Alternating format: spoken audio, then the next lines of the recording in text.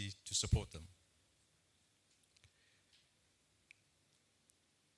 We hope that this will make an important contribution to the process of building the capacity of cooperatives on the continent. And in collaboration with the Ghana Credit Union Association, we're about to commence a pilot study that focuses on the third plank, as it were, or branch of our activity, that is cooperative financing. So we're going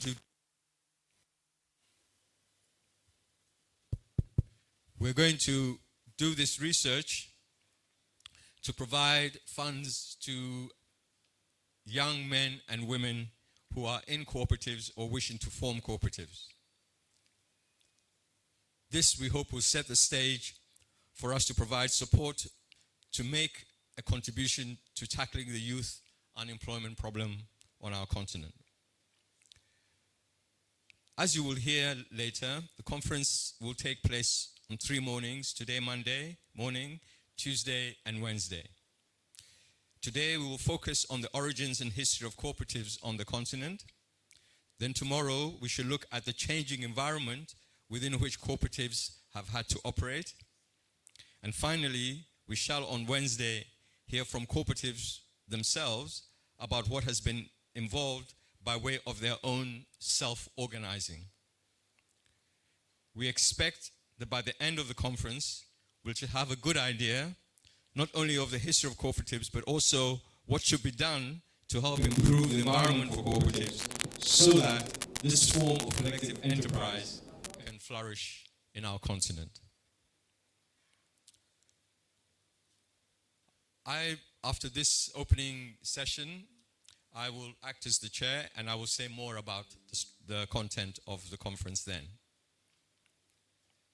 But let me say at this stage that we would like to say many thanks by way of appreciation to all the speakers who have agreed to share their knowledge with us over the next 3 days, especially to those who have traveled far from their homes to come to Accra, Ghana, to share their knowledge with us. Thank you. I just want to say introductory remarks about the changing environment for cooperatives in Africa. Last year was a momentous year for cooperatives in Africa. Based on the fact that one of Africa's leading institutions, the Pan-African Parliament, promulgated a model cooperative law for all of Africa. That law provides a much more conducive environment for cooperatives in Africa to operate in. It was then approved, I believe in February this year, by the heads of state of the African Union, and is now ready to be domesticated in any African country whose government chooses so to do. It is hoped that many African governments will take the opportunity to enact cooperative laws that will enable cooperatives of all types to be established. The model law provides that framework, which up to now not all countries have been able to provide.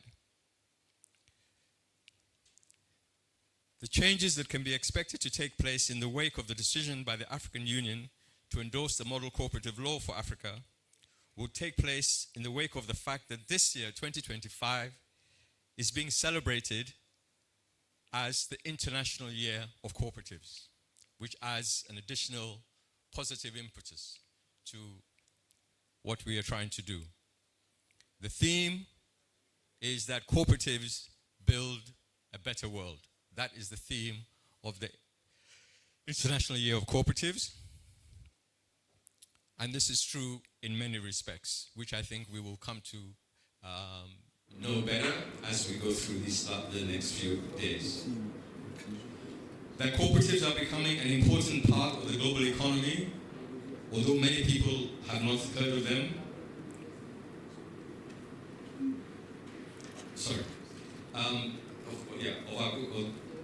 is something that it is important for us to confront. One of the key ways of doing this is that we ensure that within our continent, we actually teach about cooperatives, especially in our business schools. And the fact that 2025 is the second time that the United Nations has declared an International Year of Cooperatives, the first being in 2012, is indicative of the important role that many people feel that cooperatives can play within national and indeed the international and global economy. It is now my great pleasure to call upon one of our co-patron, Dr. Muhammad Ibn Chambers, to welcome you all to this meeting. Dr. Chambers will be known to many Ghanaians as a former Deputy Minister of Foreign Affairs. His current responsibilities include being the African Union's High Representative for silencing the guns. In between these two, he has played major roles in Ghana, in West Africa, and globally. He's been a Member of Parliament and the Deputy Minister of Education. He's been the Secretary General of the African, Caribbean, and Pacific State of Countries in Europe. He's been the Executive Secretary of ECOWAS. He's been the Special Representative for the United Nations Secretary General for West Africa and the Sahel, and head of the joint UN-AU Peacekeeping Mission in Darfur. We're very grateful that he agreed to be co-patron of Focus Africa, and I would now like to invite him to address us. Thank you.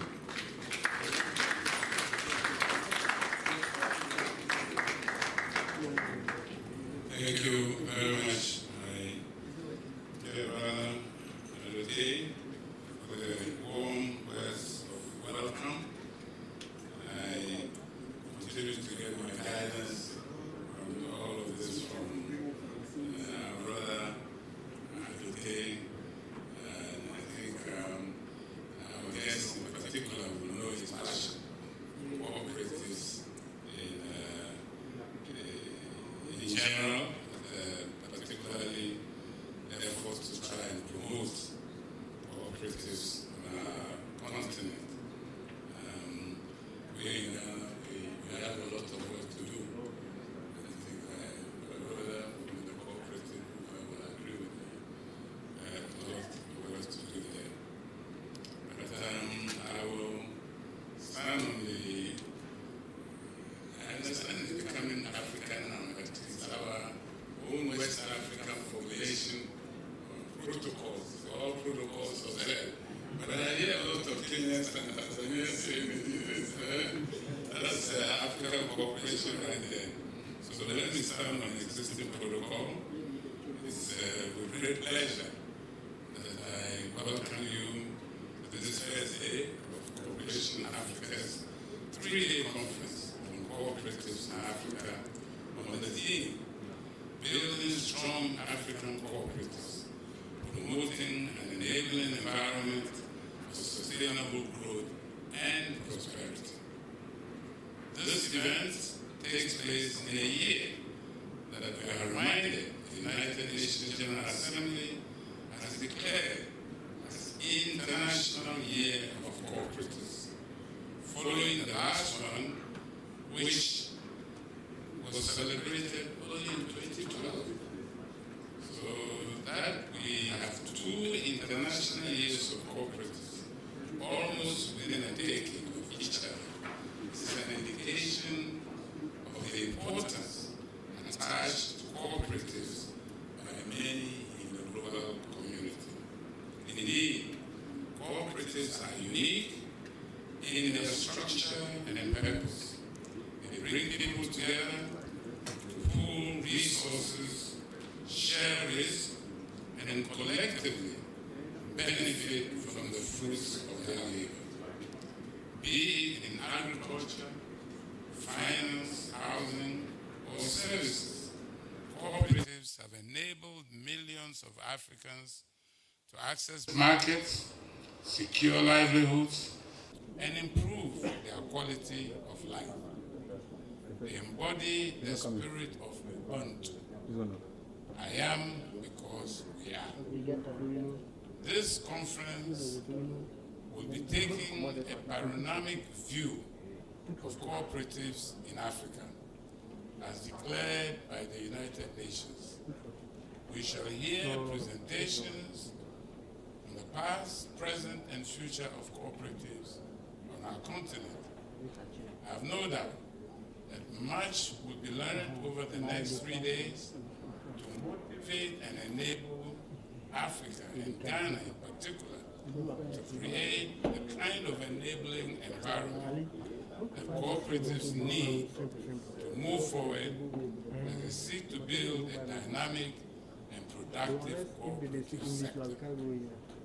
Across our diverse continent, cooperatives are proving to be critical engines of social cohesion and community resilience. Often, the first thing that comes to mind when enterprises are mentioned is the widely known investor-owned businesses, be they local or foreign, followed by state-owned enterprises. Seldom do we, as a rule, begin by thinking about the potential role that cooperatives might play in our development. In other words, while we recognize private and state enterprises, we appear not to see so clearly the possibilities and benefits of collective enterprise. Fortunately, this year's celebration comes at a time when African countries are taking major steps forward in organizing their cooperative. Just last year, 2024, the Pan-African Parliament, an institution comprising representatives from all African parliaments, passed a model cooperative law for the continent, which would allow cooperatives of all types to grow and develop within an environment that is more enabling. This was approved and adopted by the heads of state of the African Union earlier this year, that is at their February 2025 summit. Each country now has the opportunity to domesticate the model law, taking into account the views of its local cooperative stakeholders as they conduct the process. This is significant for cooperatives because different kinds of cooperatives cater for the needs of different sections of the society. For instance, farmers can join procurement cooperatives to buy their inputs at the lowest possible prices. Alternatively, they can establish marketing cooperatives through which they sell their produce at prices that are remunerative. This provides farmers with an opportunity to achieve a two-sided benefit from being members of cooperatives.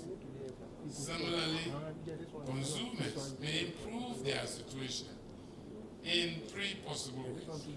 First, they can form credit unions or SACCOs, as they are generally known in Africa, to access relatively affordable loans as and when they need them. They can also form housing associations through which they can become owners of their own flats or houses at lower prices than would be the case if they sought to purchase individually. Finally, they can become members of a retail cooperative, which will then buy high-quality groceries in bulk at affordable prices and pass on the savings to their members.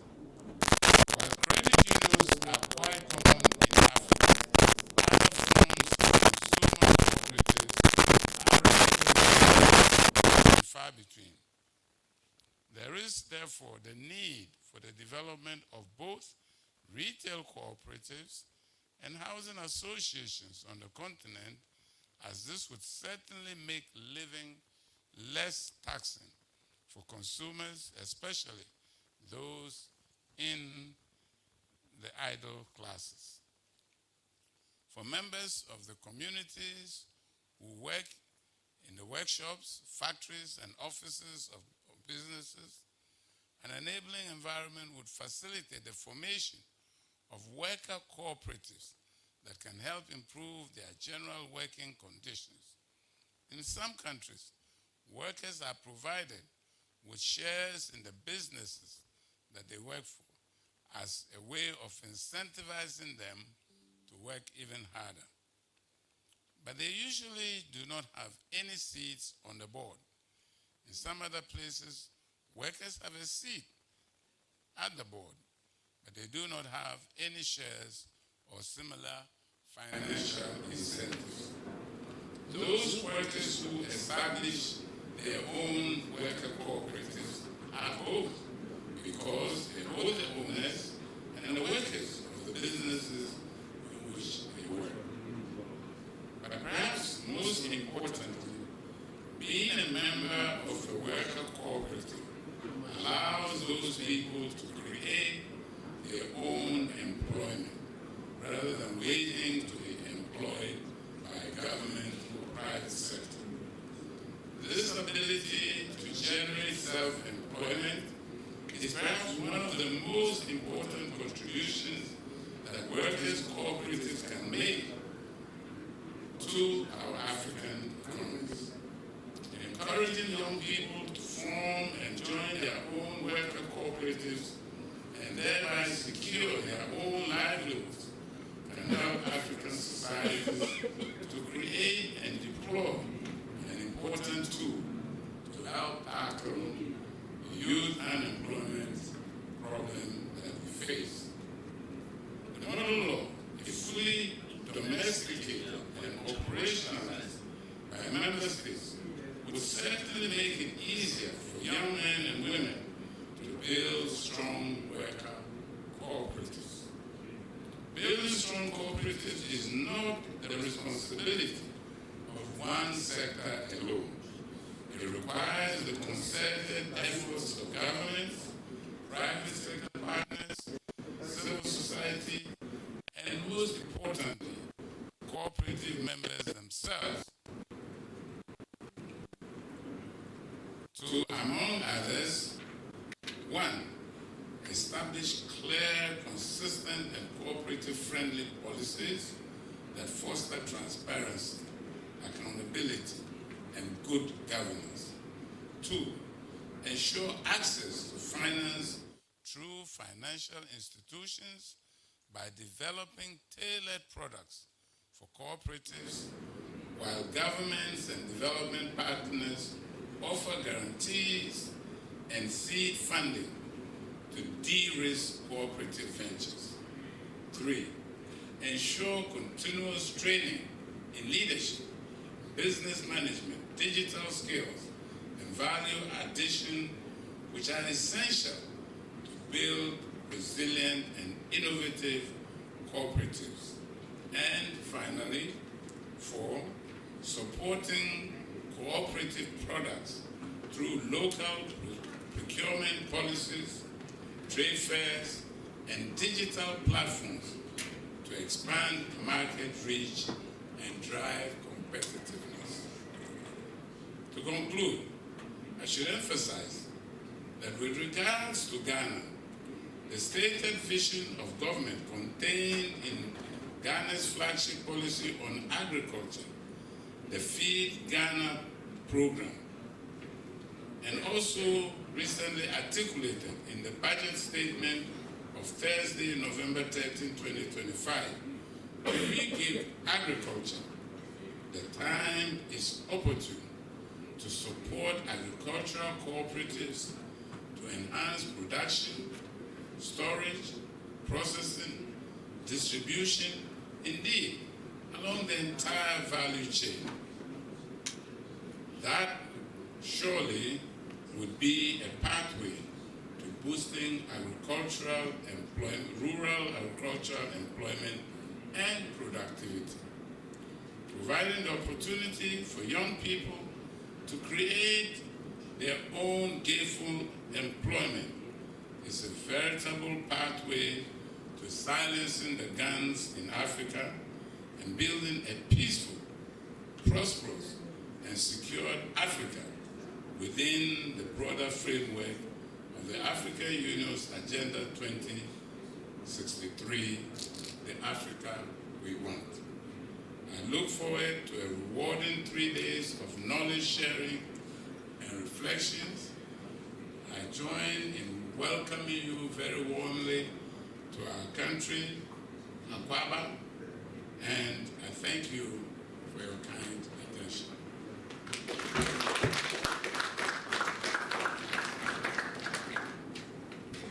Thank you. Okay, can I please now call on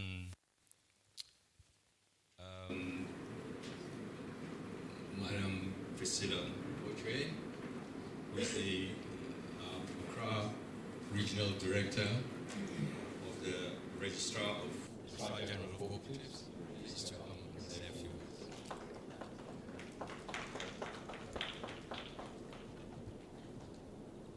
Thank you very much. Good morning, everyone. I also like to stand on the already established protocol. So, Mr. Pabo, we are from the Department of Cooperatives. And let me take this opportunity to bring you greetings from the leadership of the Department of Cooperatives.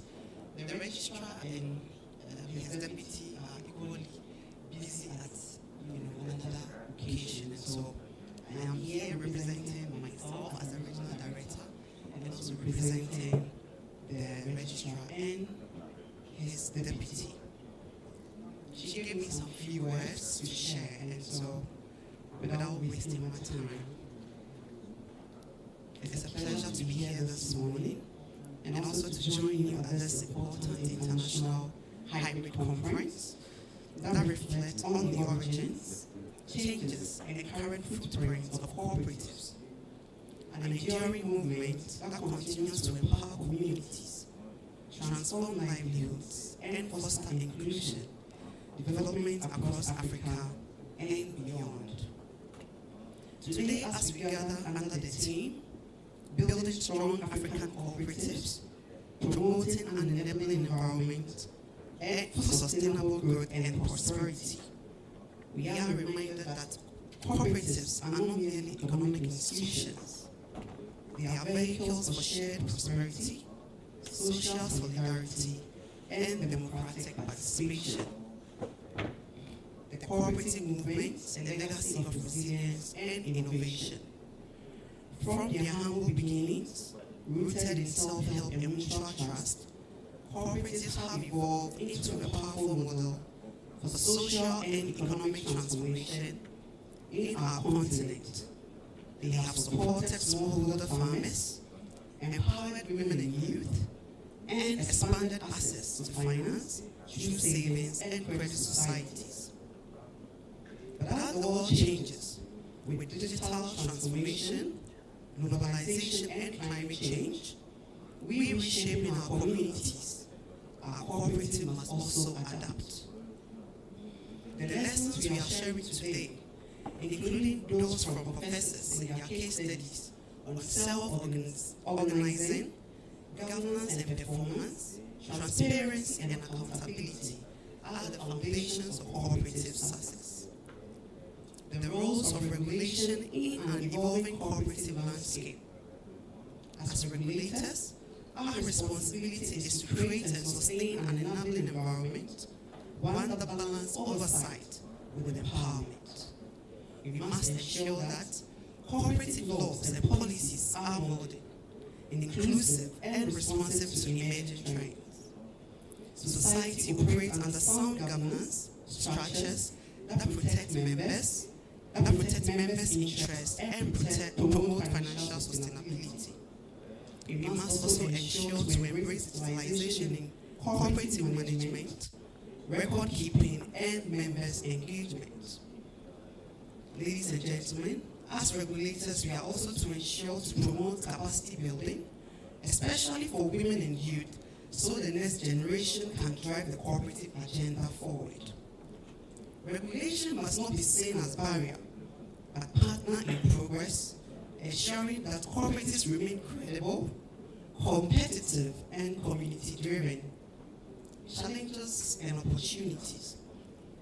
Indeed, cooperatives across Africa faces challenges, from weak governance structures and limited access to finance, to market volatility and the lingering effects of global crisis. However, these challenges also present opportunities to innovate through technology, to collaborate through regional networks and federation, and to align with continental frameworks such as African Union Agenda 2063, which envisions an integrated, prosperous, and peaceful Africa driven by its own citizens. A call to action. Ladies and gentlemen, as we reflect on the origins of cooperative movement and its current footprints, let us also look into the future, where cooperatives are at the heart of sustainable economic growth. Let us strengthen partnership between regulators, academia, and cooperative movement, encourage innovation and entrepreneurship within the cooperative model. And most importantly, uphold the cooperative principles, democracy, equity, and solidarity that makes this movement unique and enduring. In conclusion, however, let this conference serve as a platform for renewal, to learn from the past, adapt to the present, and prepare for the future together. We can build strong, transparent, and future-ready cooperatives that not only uplift members, but also drive sustainable prosperity for our nation and continent. May this conference inspire collaboration, innovation, and action. Thank you all very much for your kind attention.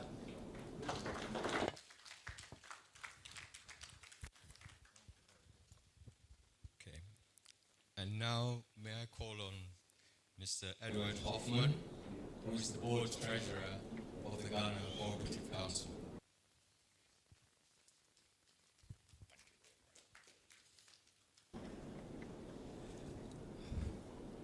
Once again, I say good morning to all of you. And I'm privileged to have the regulator with the second speaker to speak before me. And then the first speaker, a fine gentleman and experienced man who's been in government for so many years and have the in-depth knowledge in the cooperative. In fact, he touched on as I sat down there, I listened to him and asked myself whether he's a member of any of the cooperatives, because he touched on all the sectors of the cooperative, and you could see that the man knows what he's talking about. But I'm so happy about one of the principles of cooperative that we have kept on the shelves and we have not been using, and that is the principle of cooperation among cooperatives. And he touched on that principle, and I said to myself, if we can have a song that all cooperatives will be singing anytime they meet about the cooperation among cooperatives, cooperative can survive anywhere in the world without any support. Unfortunately, we have left that principle. So please, as we've gathered here, before we leave, let us be mindful of that principle of cooperation among cooperatives, and we will never be found wanting wherever we find ourselves. Once again, I'm so grateful, senior brother. May God bless you. Mr. Chairman, distinguished guests, members of the civil movement of Cooperation Africa, fellow crop-eaters, I bring you warm fraternal greetings from the Ghana Cooperative Council, the apex body representing all cooperatives in Ghana. On behalf of the board chairman, who is currently in Kumasi attending an equally important meeting, and the entire board, I say Obake, which is the way the people in Accra welcome visitors, Obake, and the accounts will say Akwaba. So you are all welcome to Ghana. It is an honor to join this significant gathering, an assembly of visionaries and dedicated cooperators from across the continent committed to strengthening Africa cooperative and shaping an enabling environment for sustainable growth and shared prosperity. Your presence here demonstrates that cooperation is not just a model, it is a movement capable of transforming societies. Mr. Chairman, despite the remarkable contribution of cooperatives to nation development, it is disheartening that many parts of the continent, including Ghana, cooperatives still do not enjoy the same supportive and enabling environment that other SMEs and private sector institutions benefit from. Yet cooperatives are not new to us. In Ghana, they have existed since 1928. Our first cooperative legislation, the Cooperative Society Ordinance of 1931, was enacted to regulate the cocoa marketing society emerging in the then Gold Coast. This was followed by the 1937 Ordinance for registering secondary societies. Though the cooperative movement faced disruptions, particularly the disbandment of societies in 1960, it was restored in the Cooperative Society Act of 1968, NSCD 252. However, for 57 years, this legislation has remained unchanged. It is now outdated and inadequate for the complex, diversified, and modern cooperative activities we see today. If we are serious about building strong Africa cooperative, then reforming our legal regulatory framework is not optional. It is an urgent. Thankfully, Mr. Chairman, this is renewed hope. The Minister of Labor, Job and Employment have initiated steps to modernize Ghana cooperative legal framework. The Minister has officially employed the Ghana Cooperative Council to lead this process, engage development partners, mobilize technical and financial support, and coordinate the renew and validate of a new cooperative bill. This process is not by chance. The stars are indeed aligned for meaningful change. The change that will position cooperative in competitive, sustainable, and prosperous drivers of national and continental development. As we move forward, we welcome collaboration with Cooperation Africa and your team of experts. Together, we can build a legal and policy environment that unlocks the full potential and cooperatives as engine of inclusive growth and economic empowerment. As we engage this annual conference, let us be guided by our theme, building strong African cooperatives, promoting an enabling environment for sustainable growth and prosperity. This theme is not just a statement, it is a call for action. A call to strengthen our institution, invest in our people, modernize our regulation, and position cooperatives as central pillars of Africa development. I wish you a fruitful and inspiring dialogue. I pray that our deliberations today will chart a new path for a stronger cooperative movement across Africa to enable us build a better world. May God bless our effort and may God bless cooperatives. In God we trust. Thank you very much.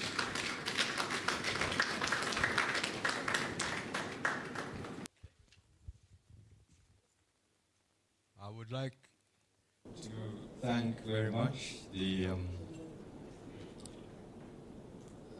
speakers who have set the stage for us so that the process of, as it were, active knowledge sharing can begin based on the knowledge that they have already shared with us.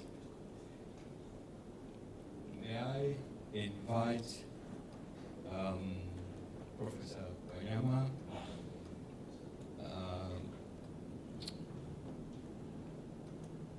I hope Dr. Mark Mutabi is online, and also may I ask Dr. Matthias Nkuhi to join us.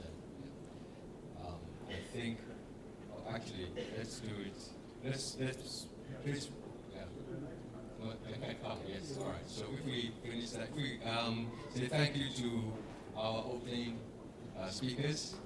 Thank you very much.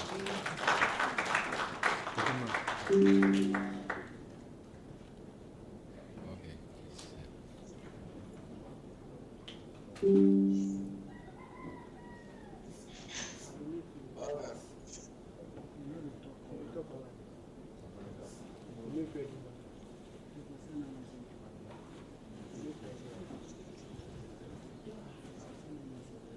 So, I just want to say a few more words about the content of today. And just to say also that I believe there's some slips that are being shared. So we are planning a trip tomorrow afternoon, after the session tomorrow. We're planning a trip to two cooperatives. These have been organized by the Ghana Cooperative Council. Please, we just want to have an idea of how many people are going to come. So if you wish to attend after the session tomorrow, just put your name down and give us back the slip, and then we'll know how we will organize the transport for tomorrow afternoon. Yeah, okay. Thank you for that. So, the justification for this conference is based on the fact that cooperatives are businesses owned and democratically managed by their members, which come with many positives for those who cherish collective rather than just individualistic approaches to social and economic organizing. These include self-employment, secure livelihoods, economic democracy, entrepreneurship, skills development, equity, political democracy, and self-reliant development of former colonized peoples. Cooperative research has identified several areas that engender cooperative success. Together they constitute what may be termed an enabling environment. Such an environment impacts cooperative fortunes from inception to their demise, if that should happen. They include such factors as the kinds of cooperatives that are permitted nationally, their ability to self-organize, investment opportunities, access to finance, business management, and education in cooperative principles. Together, these factors indeed constitute what may be termed an enabling environment. So the purpose of this conference is to explore the connection between environment and performance in general, and to identify the main areas where maximal improvements may be made within the African context. I'll just say a few words about cooperatives in the global context, because our speakers will be telling us a great deal about cooperatives within the African context. As we've already said, last 2012 was the International Year of Cooperatives, and this year is also the International Year of Cooperatives. In 2012, it was discovered that there were approximately 2.6 million cooperatives worldwide. The number of people who belong to cooperatives was more than 1 billion. The turnover of cooperatives was substantial, with estimates suggesting that they contribute 2 trillion to the global gross domestic product, mainly in agriculture, finance, and retail. Data from the International Cooperative Alliance indicates that in 2017, there were 2.9 million cooperatives with 1.2 billion members and 279 million employees. So, all told, at that time, cooperatives employed about 10% of the world's workforce, producing about 5% of global GDP. This is a significant contribution, and one that should not at all be overlooked. In some countries, the contribution of cooperatives in particular sectors is very significant. I just point out a few. In France, cooperative banks account for 40% of the market, and also 25% of insurance. In Japan, agricultural cooperatives are responsible for 70% of the market. In Denmark, consumer cooperatives contribute more than 35% of the domestic market, and in Italy, cooperatives provide 50% of social services. So these are very impressive data that point to us and should energize us into providing cooperatives or enabling cooperatives to provide us with many more goods and services than we currently that allow them to provide. In this context, I will mention, as I invariably do, the Mondragon Cooperative in northern Spain, which is home to the world's largest cooperative. I beg your pardon, the world's largest worker cooperative, okay, which has around 90,000 members and turns over 12 billion euros every year. And is able to, one of the few institutions that is able to boast and support its own education institution, a cooperative university. So, around the world we have many different cooperatives, and even, as some would think, in the bastion of the investor-owned business, the United States, there exists more than 35,000 cooperatives, but these, the largest number of them are in the agricultural sector. But I would just want to highlight a couple of the worker cooperatives which are very common, not least because they are cooperatives that are organized by people from Africa and the Americas. The cooperative I refer to is something called the Cooperative Home Care Associates. These are nurses that provide home care for patients. They travel to their patients' homes and provide home care. And they felt that they had been not fairly treated before 1985 when they were formed, where, for example, if they were traveling between patients, that time was not counted as work time.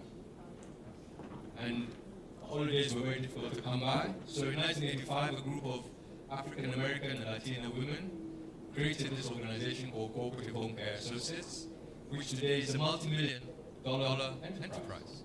It is located in the Bronx in New York. And now they have a African as the mayor of New York. So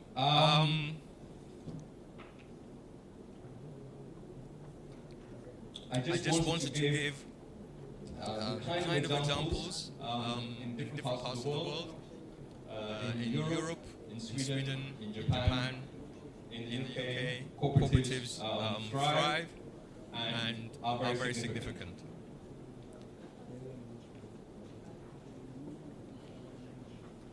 I'm now going to look very briefly at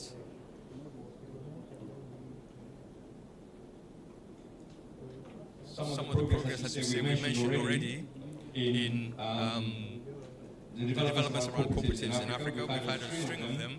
We most recently we have the model law for cooperatives, but preceding that, a number of countries have adopted what they call social solidarity economy policies, which underpin or can underpin the development of cooperatives. And because we're talking in African context, I just want to mention amongst these countries that have adopted such policies: Cape Verde, Mali, Cameroon, Djibouti, Tunisia, Senegal, and Morocco.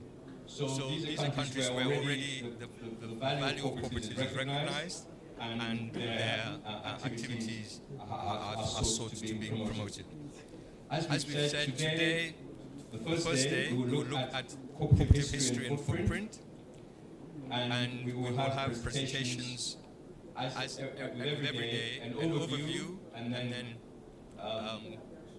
more granular level presentations. So that's what we're going to do today. Tomorrow we're going to have a changing environment for cooperatives, where we look at how across the continent how different laws have been made. And then finally we will be having cooperatives as we speak for themselves in day 3, when the theme is cooperative self-organizing in Africa.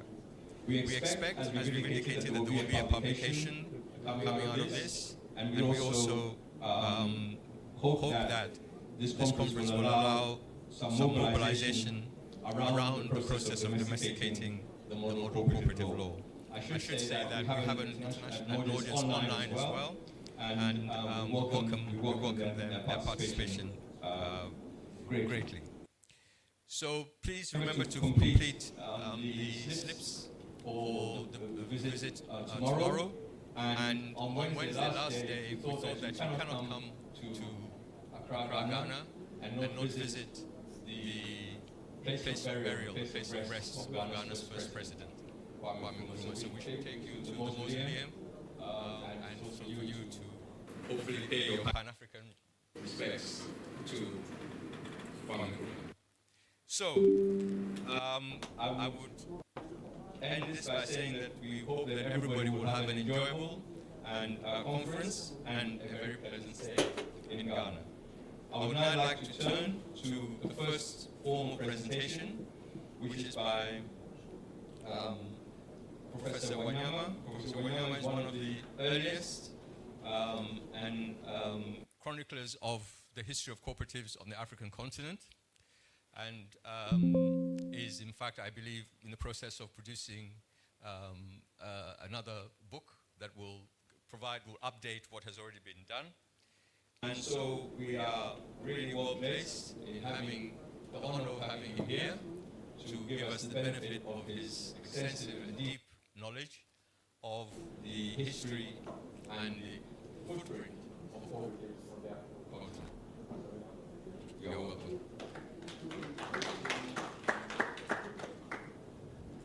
Thank you very much, Chairman.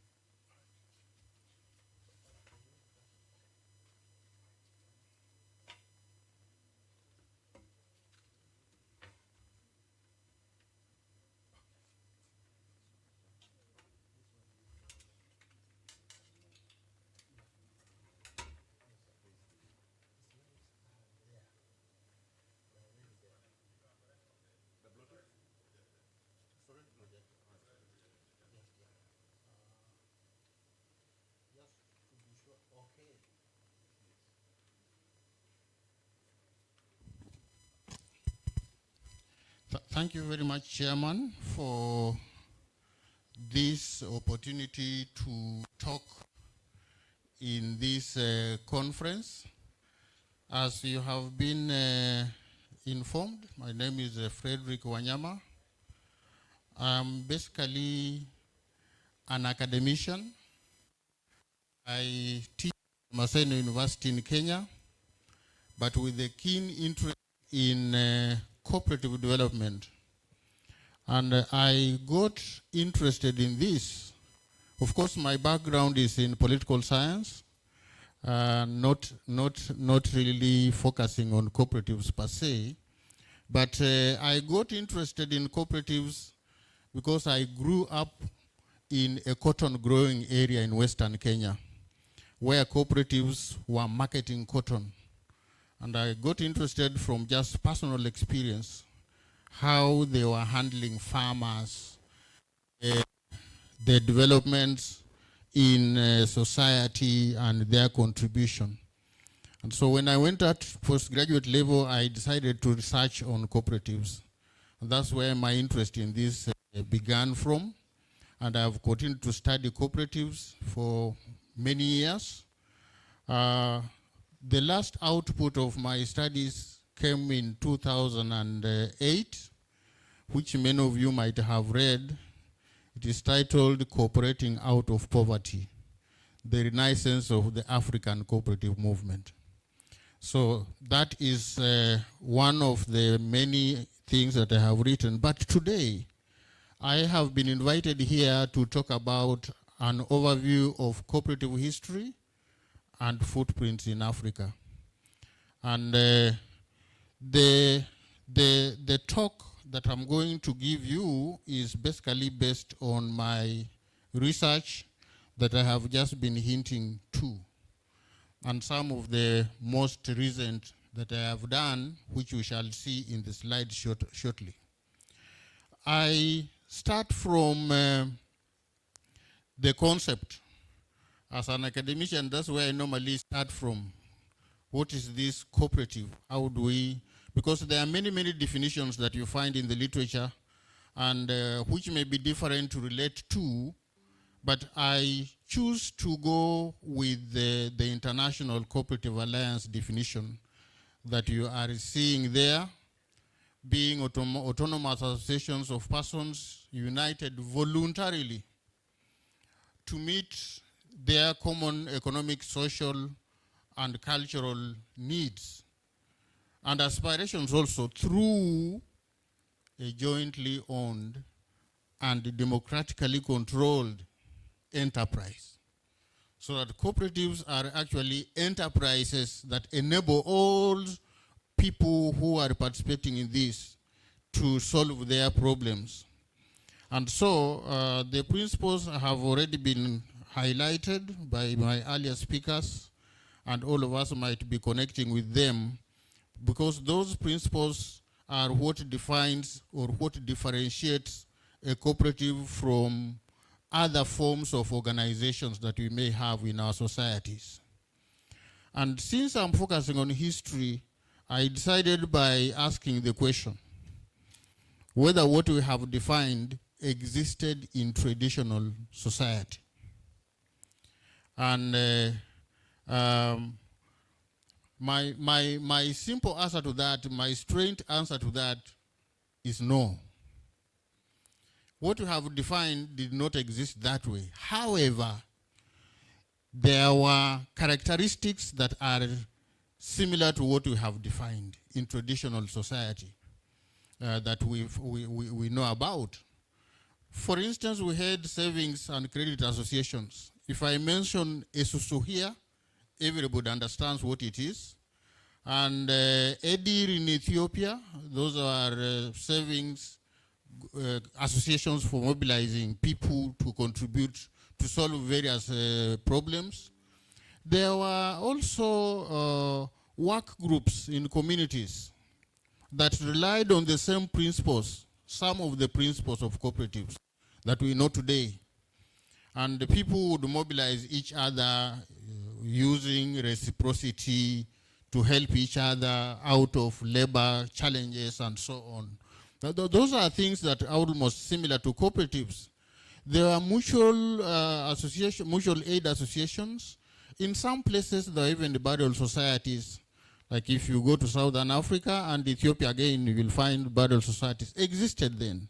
But also, even where there were no kinds of societies, people came together during funerals and helped each other out, bordering again on the same principles that we are talking about.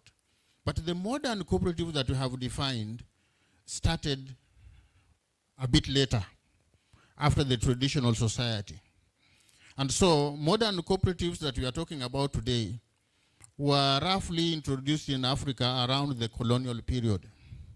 During the colonial period, and in this kind of talk, I'll be paying attention to the factors that influenced the formation and development of cooperatives in Africa.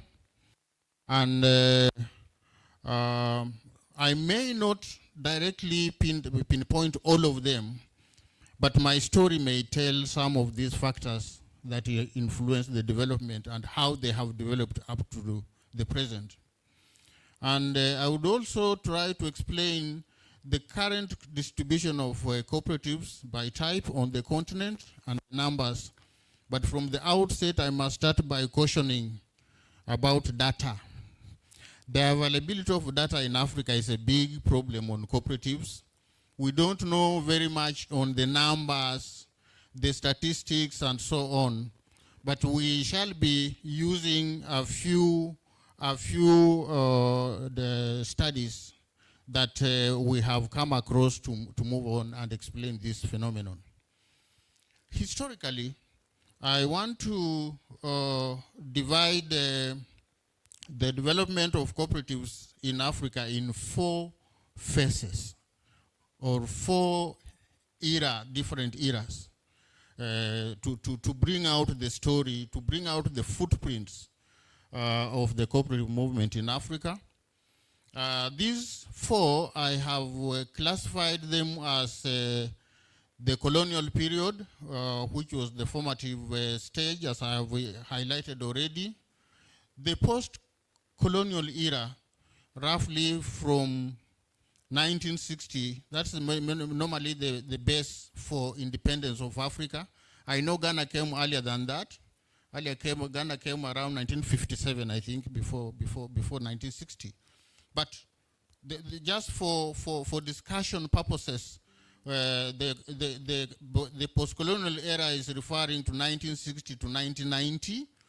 Then the third era, or the third phase, is economic liberalization, which began from around 1990 and moving on. And finally, in phase 4, I'm talking about the present era, that is from 2005 to the present.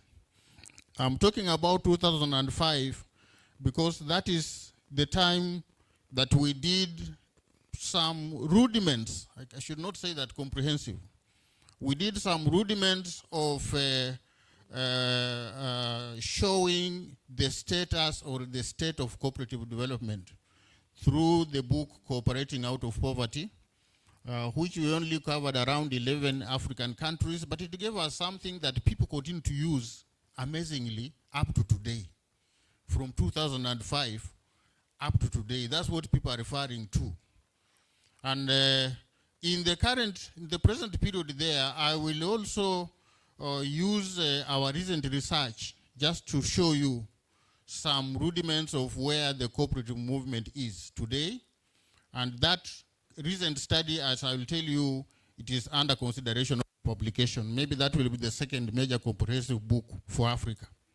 Phase 1, the colonial foundations. And here, the colonial power in Africa had a different policy outlook. And this policy outlook and their variations also conditioned the nature of cooperatives that were developed during that period. And this spans from the British. This was one of the major colonial powers in Africa. And the British were motivated by 2 main issues. One was to produce raw materials for industrialization in Britain. And number two was to generate money to run the colonies. And these were the two overriding goals of the British where they were. And they really determined the kind of cooperatives that they introduced, which were basically informed by a law. They were formed on the basis of some law, cooperative law, which was supposed to guide cooperative development towards a particular end. For example, in the settler colonies, and we had very few in Africa, Kenya and Zimbabwe, the law was meant to, for some time, to exclude African participation in cooperatives and enhance cooperatives for the development of white settlers. That's why they're called settlers. And so for some time, Africans were excluded from participating in cooperatives that were founded then. And Africans had to agitate, they had to question, they had to struggle to be allowed to form cooperatives. And this had also been accompanied by a policy in those settler colonies of not allowing Africans to participate in the growing of crops that were economically beneficial. If Ghana was one, Ghana was not one of those, but if it were one, I think Africans would not have been allowed to grow cocoa. But in Kenya, the crop was coffee and so on.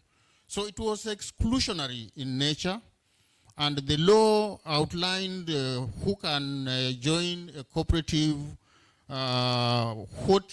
who can manage a cooperative, and so on, that we had in British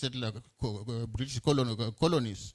In Kenya, it was not until 1945-44 that Africans could participate. And we could see from this that the initial drive was not for Africans to be members of cooperatives in such areas. But in other places, actually, Africans were allowed for the purpose of participating in the economic activities that benefited the home country rather than the Africans themselves. And that's the kind of cooperative that developed during that time. And so there is also the law provided for a structure. You'll find a hierarchical structure of cooperative development from societies to unions to federations and apex organizations like the Ghana Cooperative Council that is here, that we have just listened to. So it had that kind of structure, and they were organized along business types, agricultural, and in agricultural also we had various commodities that cooperatives were dealing with. That would be coffee, cotton, cocoa here, and so on. So there are specific commodities, and this model of cooperative will find them in most or all Francophone countries, and even a few others, as we talk today. Number two, we had the French, on the other hand, who were also the major colonizers in Africa. And the French were driven by the assimilation policy, that of transforming Africans into Frenchmen.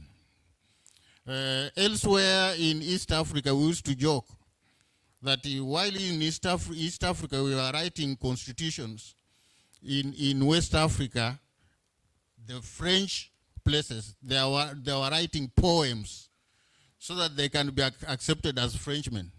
Okay, these are jokes that we used to make in the past, not anymore.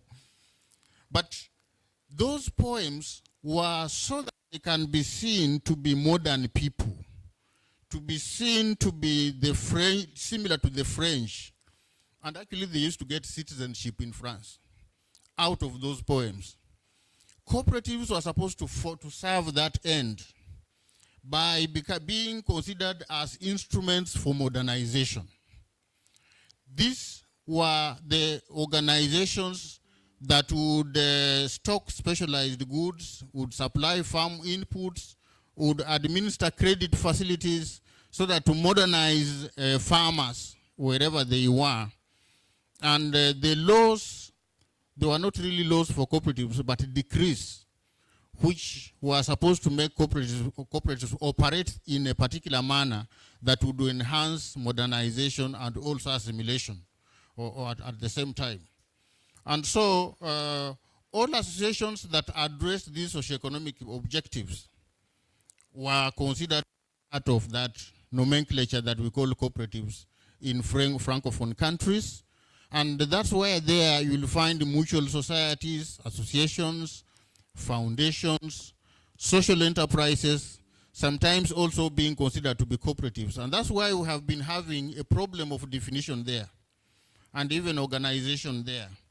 Because all of these organizations for social economic objectives are defined as cooperatives and understood as such. And therefore, the structure was rather horizontal, rather instead of hierarchical. You don't find federations in Francophone countries or in the French tradition as we would find in the British side. And so there we have more or less horizontal types of cooperatives, and all of them striving to address socioeconomic objectives. And that's why from the chairman's talk a few minutes ago, you'll find social economy. You'll find social economy structures or even policy that now brings cooperatives also into the social economy are now available in a few countries, Senegal and others that he mentioned.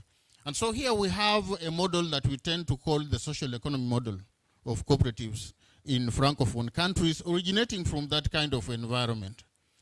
And then three, from the French, we also had the Belgians.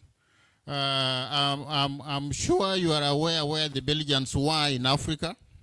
Again, if you draw our colonial histories, you'll find these around the DRC, Rwanda, the Burundi. For them and those of us who understand the colonial history there, you will realize that Belgium or those territories of the Belgians were actually personal properties of the king of Belgium.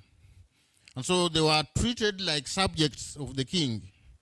And even the language-wise, some people sometimes they don't connect why French is predominant in DRC Congo, in Burundi, and even in Rwanda, as much as they're struggling to change. But French is there. That was the language of the King of Belgium. But they were handled as subjects, as properties of the king, and therefore there was some level of benevolence from the King of Belgium to the subjects of those territories. And so cooperatives there were viewed to be some collective entities for helping out the subjects of the king or for solving their own problems. And so in those territories, cooperatives were formed along social groups, like interest groups, trade unions, farmers organizations, etc. They were formed along those, but with some benevolence. They were allowed to do so out of the king's benevolence. And so the kind of cooperatives that we find there, we tend to call them the social movement type of cooperatives, because of coming from those kinds of traditions. And their structure was also not as hierarchical, but after the Second World War, they started creating the same kind of structures that we have in the British territories. And fourth, we had the Portuguese. And those of us who understand the Portuguese colonial history is that they came to this rather late, and so they were actually in a hurry to produce property, to produce goods. And production was the main focus for the Portuguese. There are 5 territories, I think, in Africa. You'll find them in Mozambique, Angola, Guinea-Bissau, Cape Verde, and Sao Tome and Principe. Thank you. Yes. So that's why you find them there. And they were basically collective for producing. And there was a very, very ruthless approach to organizing cooperatives there, with the forced labor as part of the approaches, or even coercion to join cooperatives. And I should not forget that in some parts of Africa, there was no colonialism, so to speak, like in Ethiopia. Here we have another tradition. Did I leave you behind? Yes, I didn't move the slides.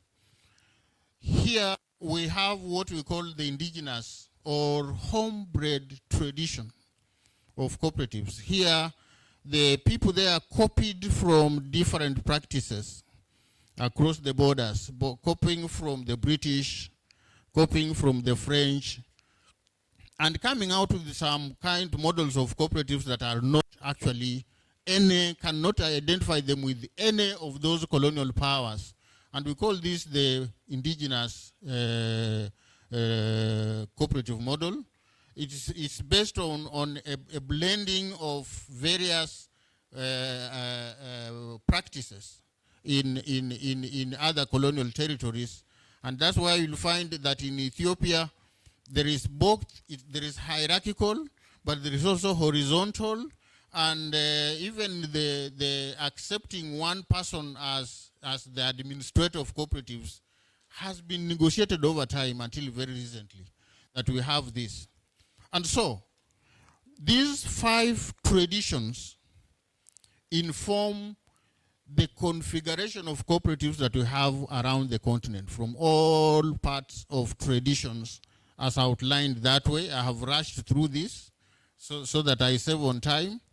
But this is what informs the difference in cooperatives in Uganda, for example, and Mozambique, and Angola, and even in West Africa here, the type of cooperatives in Ghana may not be the same as in Senegal and so on.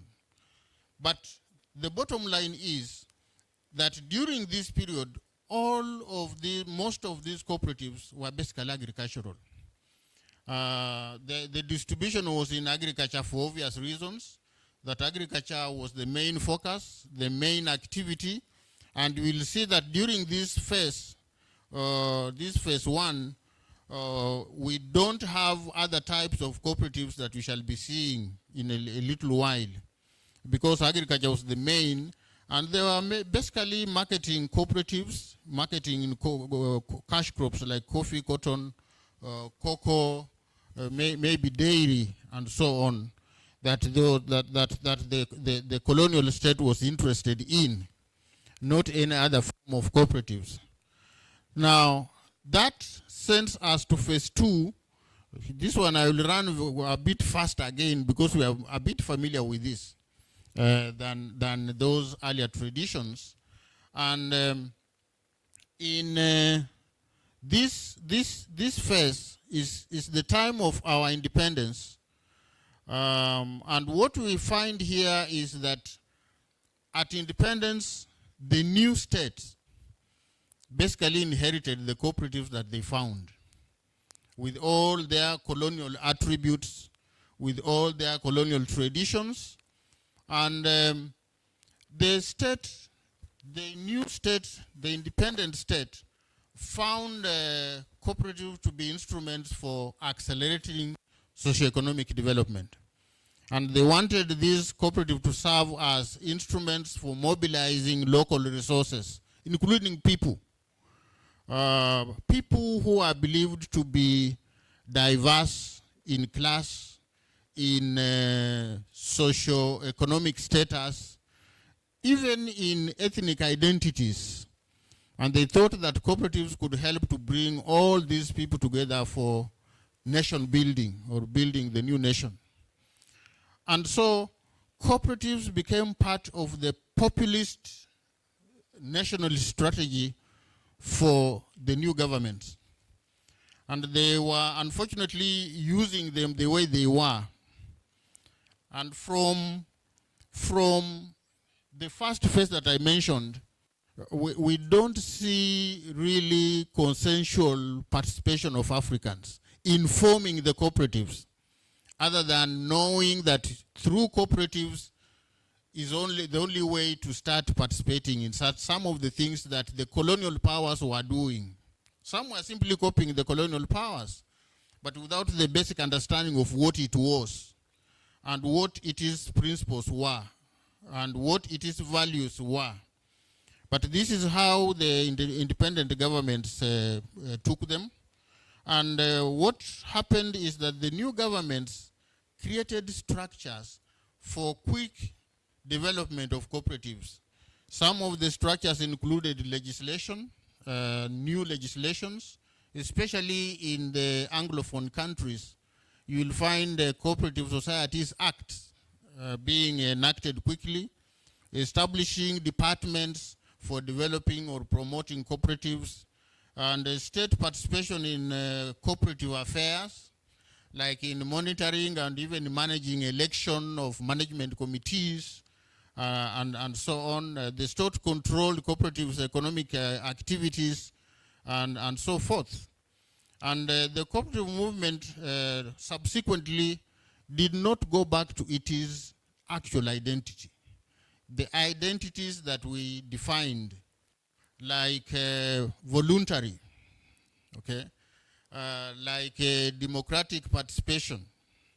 I know the registrar is there, but these are things that they never reflected on at independence. We saw politics, where I come from. We saw politics filtrating into the election of cooperative leaders.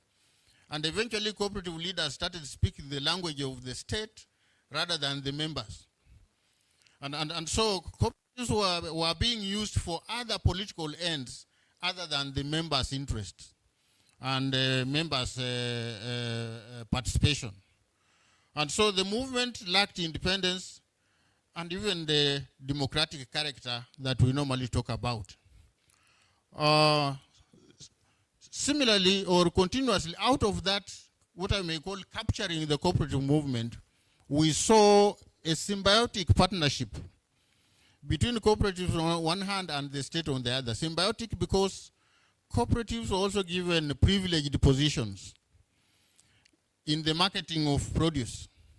For instance, cooperatives became the only agents of marketing boards. And in the British territories, every crop had a marketing board. In Kenya, we had the coffee board, we had the cotton board. Up to now, we have the dairy board that was the only organ for selling those crops. And the cooperative became the only agent that could deliver produce to those boards. And that's how cooperatives were benefiting out of that relationship. But in the meantime, in the meantime, they were not operating as independent as they should be. They are gaining that prominent position, but not independent. And therefore, with time, we saw farmers joining cooperatives, not because they want to be members, but they must sell cocoa. They must sell cotton. They must sell milk, and so on. And that somehow, there was some level of coercion for members. And we shall see this come out more clearer in the third phase, the impact on cooperative development. And I think that relationship, what I'm calling the symbiotic relationship between the cooperatives and the state, actually resulted into growth in numbers of cooperatives relative to the colonial period. We had more because people had no alternative to participate in some of the agricultural produce. And also this time, I should also point out that some two types of cooperatives emerged on the continent. The financial cooperatives that did not exist in the colonial period, because the new state now required some finances to run these new entities that they were using for that kind of development. And so we saw the rise of financial cooperatives, particularly banks.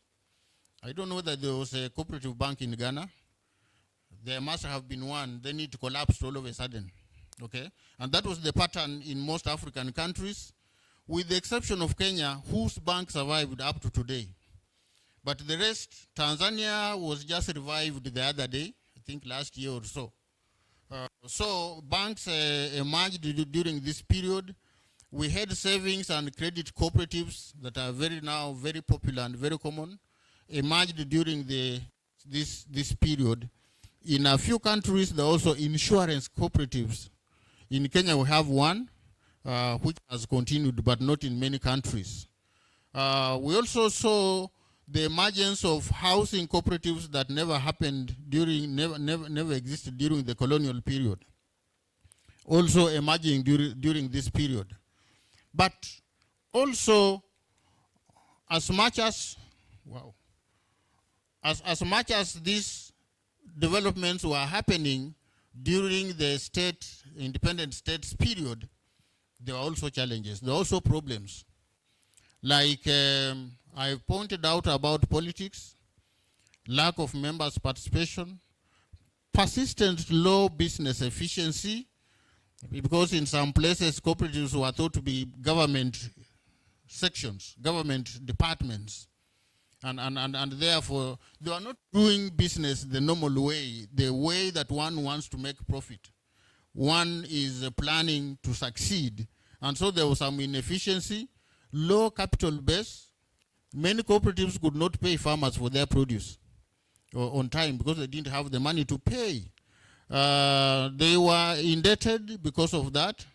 Poor entrepreneurial capability of managers and board members, widespread mismanagement, irregularities, and so on. And so we can say that during this period, cooperatives might have sold members' produce. They might have enabled people to participate in economic activities. But the broader expectations of the state was never realized. The broader expectation of self-reliance, agricultural innovations, increased productivity, socioeconomic equalization, structural change did not happen during this phase. And this became the burden for the next phase that conditioned developments. And the third phase was the liberalization of the economy from 1990s. And we know what liberalization did. It simply removed the state from the saddle in the economy and replaced it with private individuals in the market. And what that meant is that cooperatives no longer enjoyed the protection that the state used to provide. And many things would happen during this era. Some of the services were withdrawn, like auditing, supervision, management training. A few colleges actually almost wound up. A few cooperative colleges almost wound up because of the state's withdrawal. I think with the exception of Kenya again and Moshi in Tanzania. The Ugandan one, I think it collapsed and so on. Okay. Training, because of the withdrawal of government support to those colleges. There was a reduction in cooperative departments for supervising and monitoring those cooperatives. And the monopolistic status of marketing cooperatives also went. And so cooperatives had to compete with other businesses on the market to sell. And also members of cooperatives had the option of selling their produce to anybody on the market, not necessarily the marketing board that the state had controlled over the years. These conditions, this changing environment, which some people will be talking about in this, the immediate challenge was the collapse of many cooperatives. In the early 1990s, we saw many of them dip And that environment and the collapse of cooperatives triggered corrective measures from both the government and the cooperatives themselves. The government, of course, reviewed the law to bring back some regulation. And I will be asking towards the end, how much regulation is appropriate for cooperative development? It seems like when you withdraw regulation, then they don't survive. But if you over-regulate, again, it's also bad. How much regulation do we require to ensure that cooperatives continue growing and developing? And so the state brought back some control, by reviewing the laws and so on. And the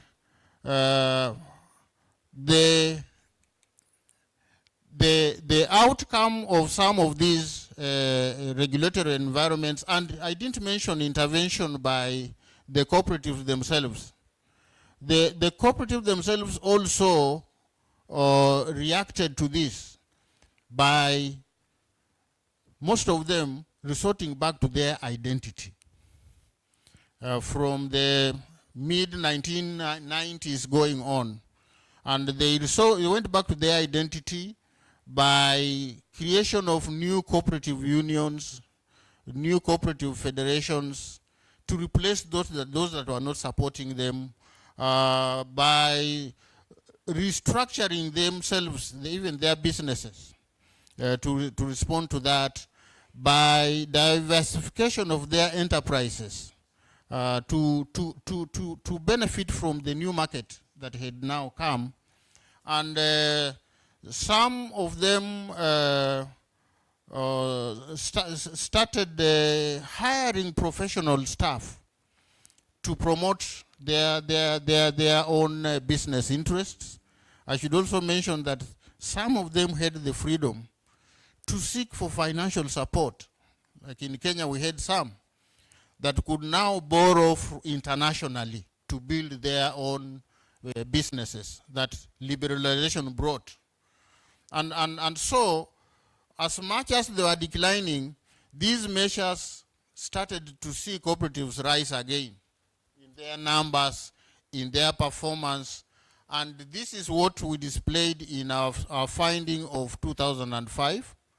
We only did a study in 11 countries, which I have displayed there the data.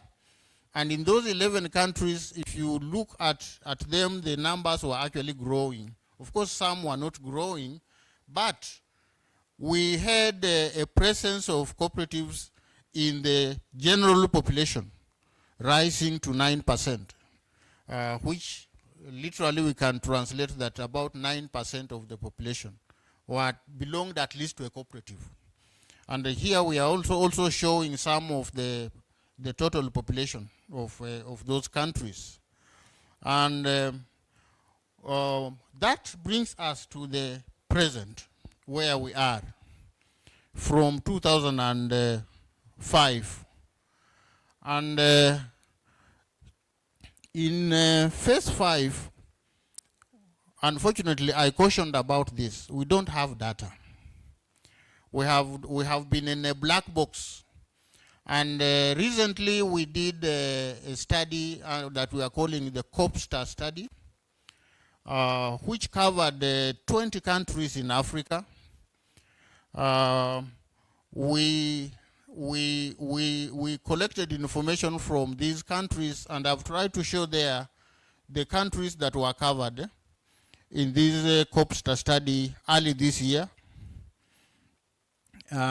We are preparing this data for publication, and I wouldn't want this to be cited before the publication. And so we did studies covering Egypt, Ethiopia, Kenya, Uganda, Rwanda, South Africa, Nigeria, Ghana. Here we had a representation, Senegal, Cape Verde. We also had Morocco, Algeria, Zambia, DRC, Cameroon, Zimbabwe, Botswana, Tanzania, and Togo, as well as Mozambique, as one of the Lusophone countries to ensure representation. And the data that we have, which is will be published, shows that there is growth of the cooperative movement since liberalization. The movement is no longer directed from above, is no longer controlled from above. In the previous period, we used to see a lot of influence from donors and the government. We are now seeing an independent movement coming out stronger. It is able to initiate reviews of cooperative policy and legislation. Interestingly, even as in Ghana, you are trying to review your law, cooperative law, all these countries are doing the same thing. And it's good that the AU has now a model law. I think it will fast track the legal review, policy review of cooperatives in a number of countries. But some of these reviews are being initiated by cooperatives. It is corps that are pushing for this rather than the government bringing it down. This is happening in most of the countries. There is continuous restructuring of cooperative unions and federations for vertical and also horizontal this time around. It is being considered. There is also efforts at horizontal integration of cooperatives. We are seeing federations embarking on self-regulation so that should the state regulation fail, then they are able to hold the movement on their own. We are also seeing a fairly maturing cooperative movement. Maturing because it is now determining its agenda rather than being determined by others as it used to be in the past.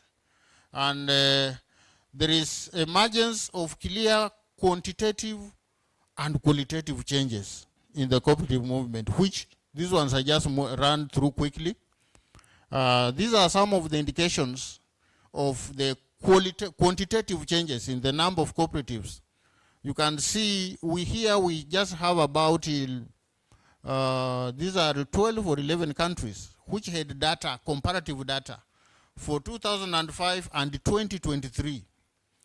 And we are seeing a rise from 151,000 cooperatives in those countries only. Please don't misquote me. 151,000 to 433,000.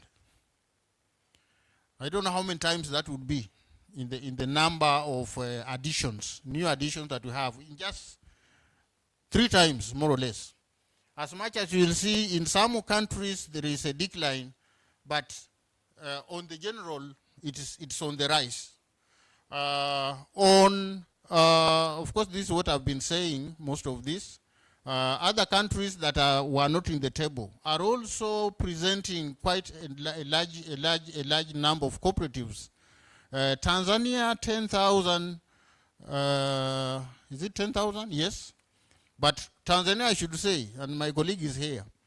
This is after auditing the cooperative register to come out with the verifiable number. Otherwise, Tanzania used to have higher than that. But this it has audited to remove the cumulative figures. And that's why Tanzania is around 10,000. But you can see others, 114,000 and so on, big numbers. If we add from the 20 countries in 2023, for all the countries we covered, we have 633,000 cooperatives in those countries, which is, to me, is big. The cooperative movement is here, and the same applies to membership. On membership, we had very few countries where we could afford comparative data. Again, the problem of data. And still, the number is growing in those few countries from around 29 million members in 2005 for only 118 million members. The density rate, that is the presence of cooperatives in the population, and this is just the adult, not the overall population. This is just the adult population. It is rising from an average of 13.3 for those countries and their adult population to an average of 32.8% in only those countries, which means that the presence of cooperatives in most countries in Africa is actually increasing. And so we can, just from this, we can say that the cooperative movement in Africa is alive, and it is growing, and it is present. And so we need to keep on connecting the dots that are emerging, and perhaps we should be having a higher representation among population than other regions of the world. I once served in it's called what? World Cooperative Monitor. I went there, but we used to disagree on definition of what to include as a cooperative. For us in Africa, we are struggling with the actual definition. For them there, they're including cooperative-like businesses. I said, no, we said cooperatives, not business-like, right? But if you look at their percentages, their density is not 32%. It will be lower than that if you compare their population. And so we are on course. That's the message that comes out of this data. I think just to run through this, the qualitative changes, we have seen the quantities. But in qualitative changes, we are seeing the emergence of new types of cooperatives, the worker-owned cooperatives that are sprouting out. These are the cooperatives that are also introducing new business ventures. We are seeing cooperatives move away from agriculture and financial services. And they are now moving into other businesses like renewable energy, waste management, environmental conservation also. We have cooperatives in some countries. This is a very, very difficult area, but we still have new ones coming up there. They are in manufacturing, they are in health insurance, again, which no cooperative in Africa could dare venture into. We now have a few that are doing health insurance and microinsurance, building and construction, mining, transport, handicraft, even the creative arts, entertainment. We are seeing young people forming cooperatives around performing at various functions as one of the activities of business. And even those agricultural ones, we are seeing a lot of diversification in businesses, moving away from just crops to integrate with others, and therefore increasing. We also are seeing increasing participation of women. This one I must mention. We have in some countries women-only cooperatives that are now emerging in a few countries: Kenya, Tanzania, Ethiopia, Senegal, Egypt, and so on. And together with this, we have informed and vibrant participation of members than we used to see. I think these are just challenges. It is not just a sweet story. There are also problems that we still have there. The small size, we need to scale up contributions. The undercapitalization and limited access to financial services is still a problem, as much as we have financial cooperatives. We have poor governance. Governance issues are still there, of mismanagement, fraud, and so on. We still have pockets of those that we need to handle. We have weak institutional capacity, that's lack of professionals in managing those cooperatives, and what else? Lack of information, especially data. This I've been talking about. I don't know how we can make our presence. If we had more data, maybe what I'm talking about is just a small thing, but we don't have data. And so, in conclusion, I can say that cooperatives in the current era are present. They are growing. and they are improving at all fronts. And I can attribute this to a few of the factors that I highlighted there as a way of concluding this. And I'm asking you to add from some of the things that I have been saying. What is contributing to the new distribution, the new figures that we are seeing in cooperatives?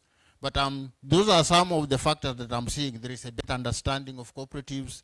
There is ownership of cooperatives by members. There is cooperative education and training. There is bottom-up development of cooperatives rather than top-down, as it used to be. There is improving regulatory environment.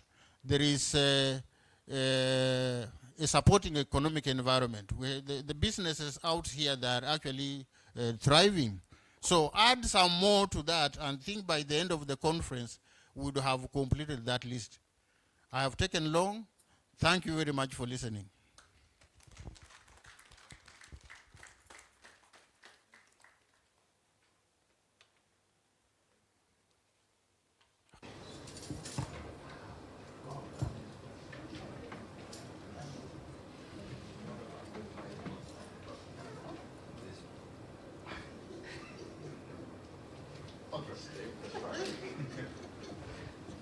Okay, thank you very much, Professor William. We have space for just nudging within the time.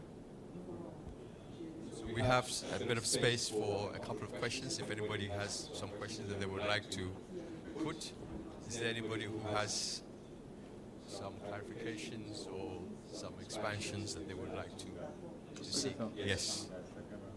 Okay, I see a hand here. Please, do you have these mics? You have a mic there, okay. Take a couple of questions, we'll take them together, then we'll move on. Thank you, Uncle Wanyama, for your presentation. You mentioned a couple of times that the corporations appeared in the colonial era. So I wanted to ask you whether they were sort of creations of the colonial era or whether they were in fact warping African ways of working that existed before the colonizers arrived. Thank you. So the question is that although they were during the colonial time, were they the creation of the colonialists or they were the creation of African people independently? Anybody else? Ok, merci beaucoup, professeur. Merci pour...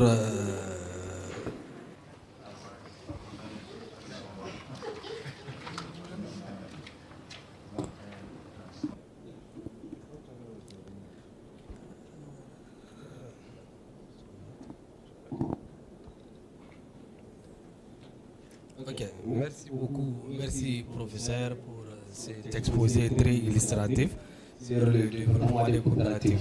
Moi, j'ai une petite préoccupation. J'ai vu dans votre étude des coopératives, la période jusqu'à 2005, j'ai vu apparaître le Niger.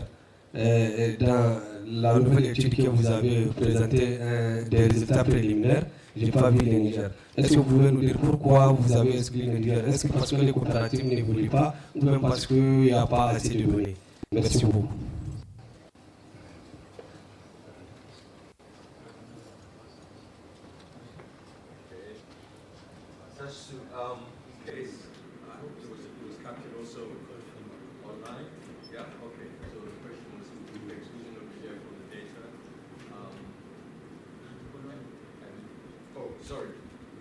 Yes, so the question was the 2005 study, I believe, the exclusion of Niger from the data.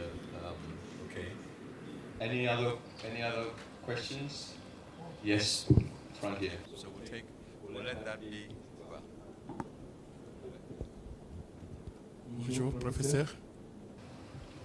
Merci beaucoup vraiment de la présentation. Je pense que ça a été séquencé en 3 périodes. Période coloniale, précoloniale et période libérale. Vous avez parlé de l'Éthiopie qui n'a pas été colonisé, mais donc a un développement endogène. J'aimerais savoir quelle est la suite de ce développement. Parce qu'en fait, ce pays n'a pas été influencé par les autres. Et je pense qu'aujourd'hui, l'Afrique doit justement partir de ces réalités pour quand même pouvoir tendre vers le développement. Tant que nous cherchons des choses en Belgique, en Amérique ou ailleurs, moi je pense que ça sort de notre identité et de notre culture. Et ça pose problème. Nous n'avons pas les mêmes réalités de développement. Merci.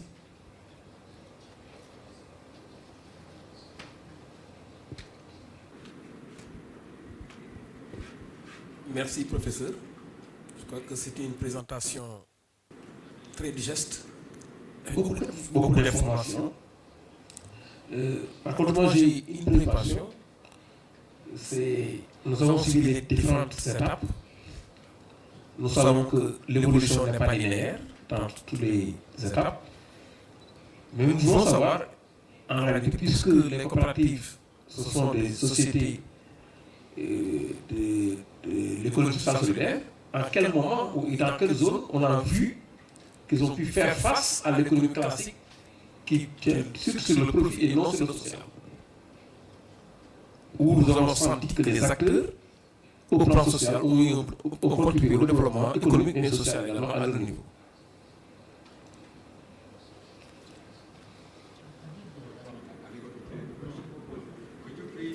Could you please restate your question? We're not very clear on exactly what it is. J'attends la traduction.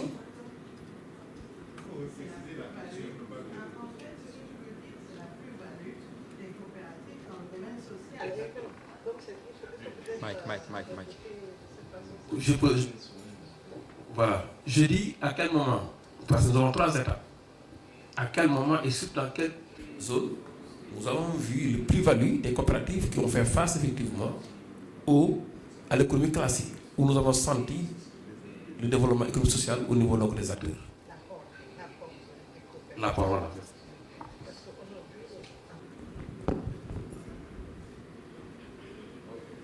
Maybe I can add what he wants to say.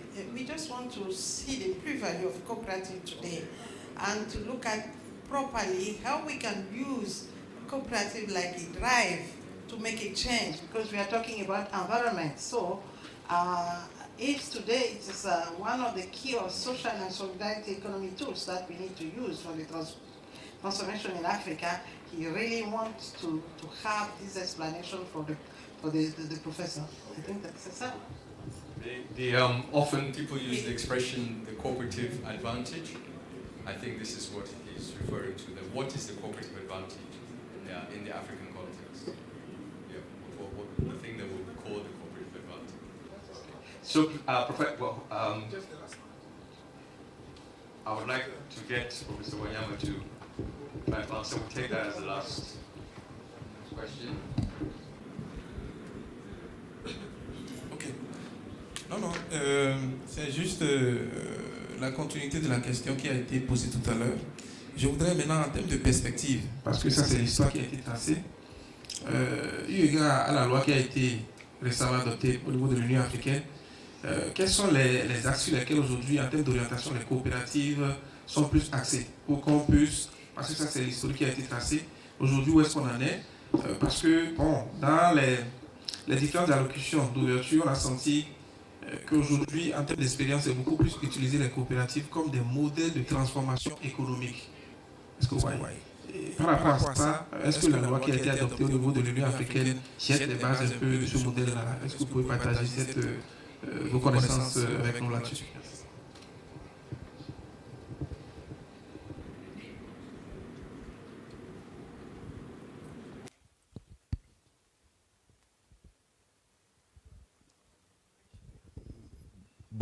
Bonjour à tout le monde. Merci professeur pour votre exposé très clair.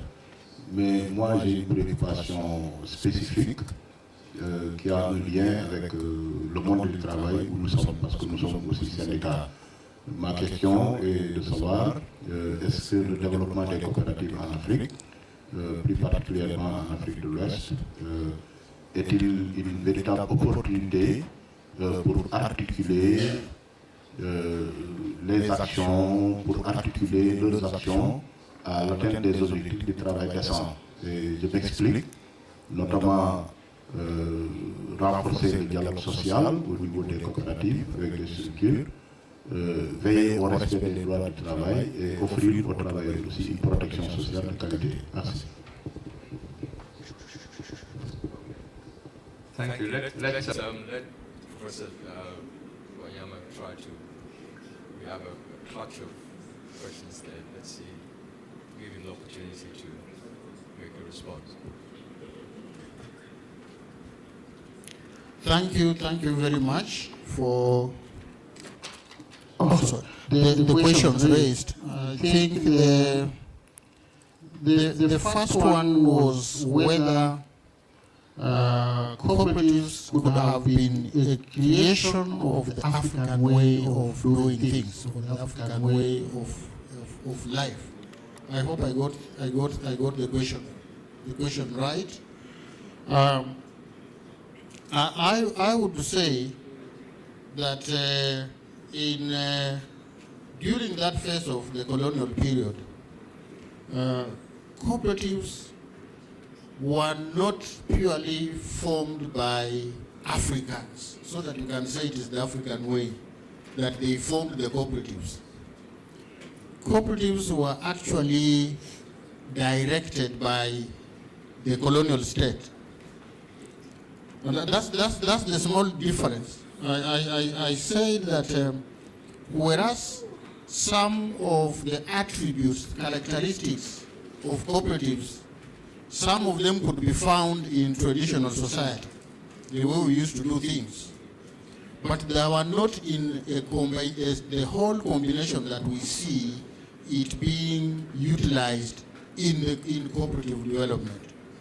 So there is some similarities, but from my little understanding, it was not African members that formed those cooperatives. In Kenya, I told you that it was the arrival of the white settlers. And the white settlers came and they were allocated land.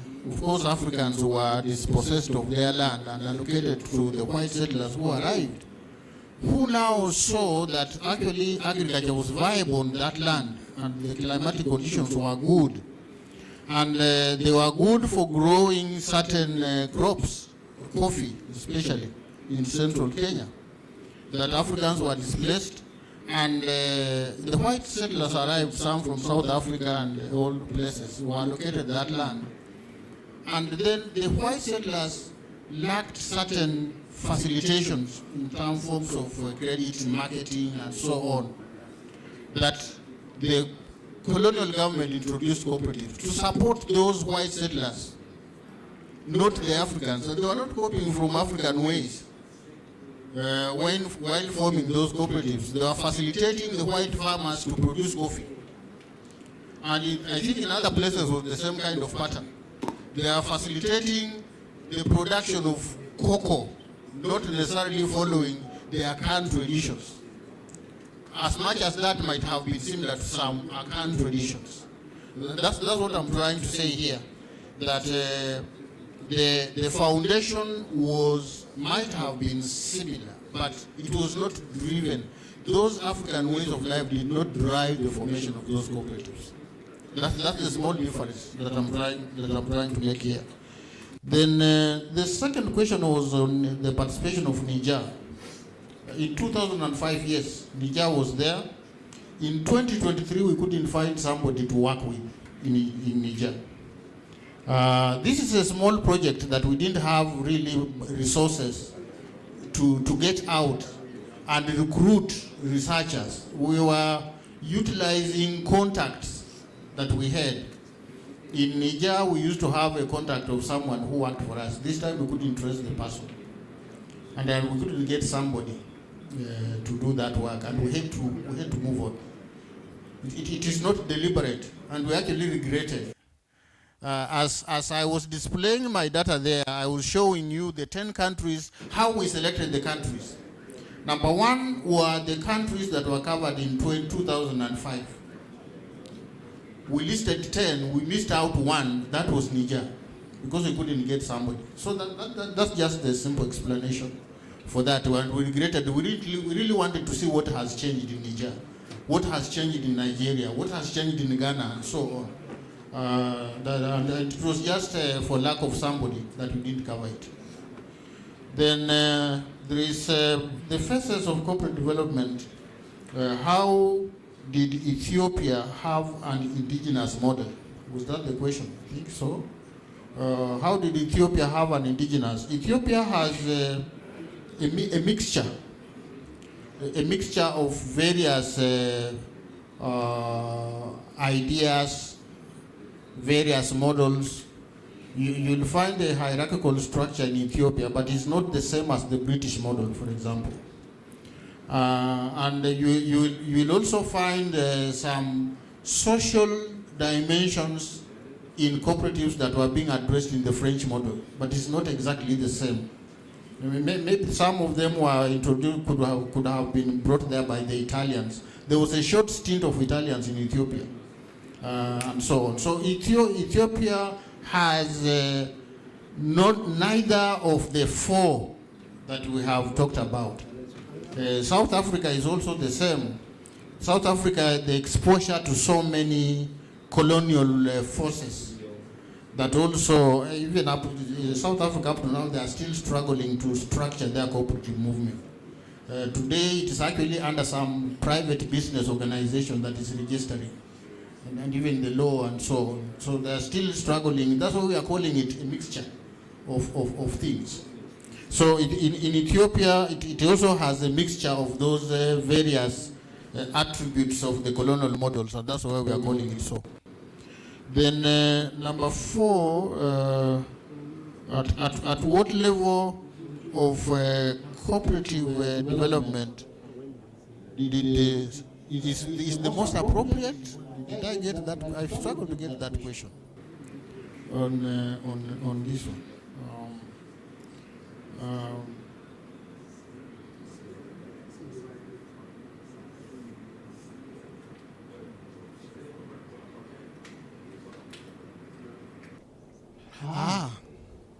From the 4 phases. In which one of those 4 phases did Africans realize their solidarity? Is that what you're saying? What you're asking? Which one is the most appropriate, or how did they discover themselves? I would say that perhaps in terms of cooperatives discovering their identity, this very much came with the liberalization of the economy, the stage of liberalization. At that stage is when the state was more or less forced to release cooperatives. The support of the government to the cooperatives ended with the liberalization. Liberalization was a strong force that was coming from all corners of the world. This is the time that the socialist bloc collapsed and the capitalist bloc emerged stronger, and it came with various conditions: free the market, reduce the government in social services provision, and so on. And this is the first time that cooperatives found themselves alone by themselves. And this is the time that they started getting concerned, because in the colonial period they were formed. In the independent era, the government held their hands. Some people never realized that they were cooperatives actually. And then all of a sudden, there is no government. The business that you used to do has now collapsed. And people who had milk still want to sell milk. People who had coffee, they still want to sell coffee. But there is no, that market that used to be there is not there. And I think this is the time of void that came about, that cooperatives started to reflect as being entities of their own, and starting to build themselves coming up. Maybe I was not clear on this. For example, in Kenya, the dairy sector actually collapsed. And there is an example of Githunguri Dairy Cooperative Society, which was just a society delivering milk to KCC, which could now not buy the milk. And those farmers in that cooperative society used the freedom to start building their own dairy dairy industry to produce their milk. And what did they do? They borrowed money from some organization in the Netherlands called the Oiko Credit to buy their own equipment for processing their milk. And today they are standing tall in the dairy sector. I think that liberalization is what enabled cooperatives to start looking at themselves and considering themselves as entities. And those that did this have come out stronger than they ever used to be. And they are continuing to grow. I hope I have got your question right. What is the cooperative advantage in Africa?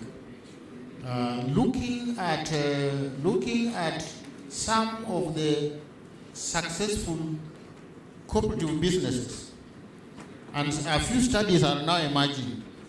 Those studies show that membership in cooperative gives advantage to those farmers than the farmers who are not members of cooperatives.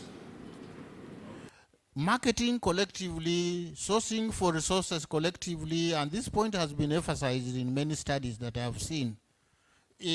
That enhances what we call economy of scale, which an individual may not be able to do properly.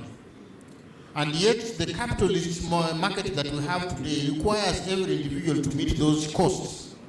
And that's where the cooperative becomes advantageous in helping farmers to compete fairly, to access products competitively and fairly than farmers who are not members of cooperatives. So the collective business is better for the African situation than the individual businesses that we have. That's what I would say is the cooperative advantage.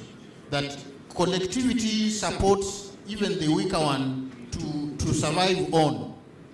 But individualism will crush the weaker one before the weaker one even realizes that he's around. So the collective is good for us because we are not as capitalist as the Western countries are. And that's why we still need each other. And that's why the cooperative business is still a very good advantage for us, that we should continue pursuing that model of business. The main point in the model law, I have not synthesized it as much as I was in Nairobi when it was being launched a few weeks ago. I have not internalized it. Maybe if my brother here has, he may speak to that question. Cooperatives and the right to work. The last question. This one I didn't get it properly. Cooperatives and the right to work. Somebody asked about this question. I didn't get it properly. Oh, it was you.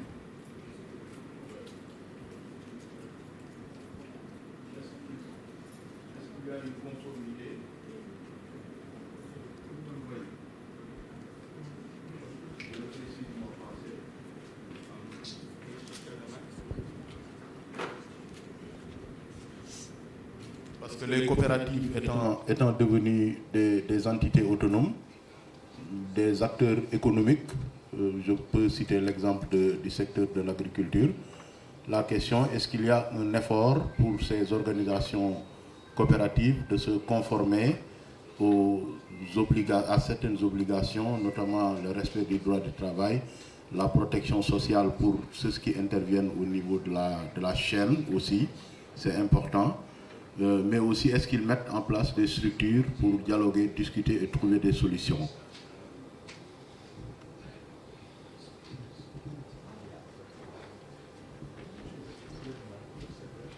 Thank you. I think I'm getting it better than earlier. You are wondering whether cooperatives respect the right to work. And in my presentation, I talked about the emergence of worker-owned cooperatives. These are, this I should say is a new type of cooperatives in Africa. These are cooperatives that are organized by the people who are employees of the same organization. People who are also organizing themselves so that they can create work for themselves. Okay? As opposed to agricultural ones that those we call them producer cooperatives, or the consumer ones consisting of people who want to buy goods and services in an affordable way. Worker cooperatives are creating employment opportunities for themselves. For example, in renewable energy, at least in Kenya, we have one example of women electricians, electrical workers, who fix solar energy. Under normal circumstances, these kinds of people will be individuals who are looking for people to employ them to do that work. But people are realizing that as a collectivity, again the cooperative advantage, as a group, they can easily find work better than when they are individuals. And so they form a cooperative among themselves. And therefore the cooperative now looks for work and they go to work, all of them as a collective, and they earn some money out of there and they support themselves. They are creating jobs. They are agitating for, they are looking for work through the cooperative venture. And even in the waste management, they are also doing the same. Where I come from, waste management, I don't know about Accra. But where I come from, waste was left to informal workers who are trying to sell or recycle some things out of the waste. But these waste pickers or waste workers, they realize that they need equipment, they need machinery to enable them to do that work in a better way, to find a structure for paying, for people to pay them for the work that they do. And therefore they organize themselves as a cooperative. And sorry, they are formalizing waste management, waste collection, through the structure of a cooperative business. And they are bringing some respect to that kind of work that they do. They are creating work. And there are many examples of such that cooperatives is organized.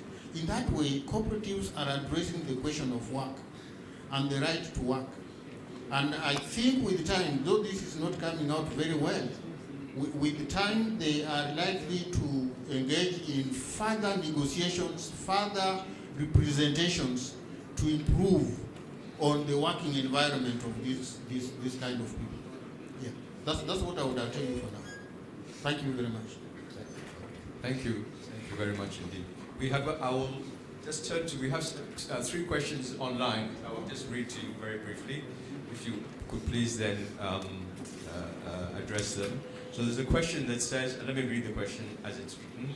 What strategy is there to improve data collection concerning cooperatives from our African countries? So this question of data that you raised, what are we doing to deal with it? And then the second question is, could you shed some light on how Sierra Leone has an indigenous model? I'm not sure. Anyway, let me read the question. That's what the question says. Given its strong British colonial history. So, so to explain the Sierra Leone model and whether it can be, what is it that can explain it? So those are the 2 questions that have been put. And otherwise, thank you for the presentation. Thank you. Thank you very much. I hope I'm audible online. Data collection, yes, we have a bigger challenge in Africa.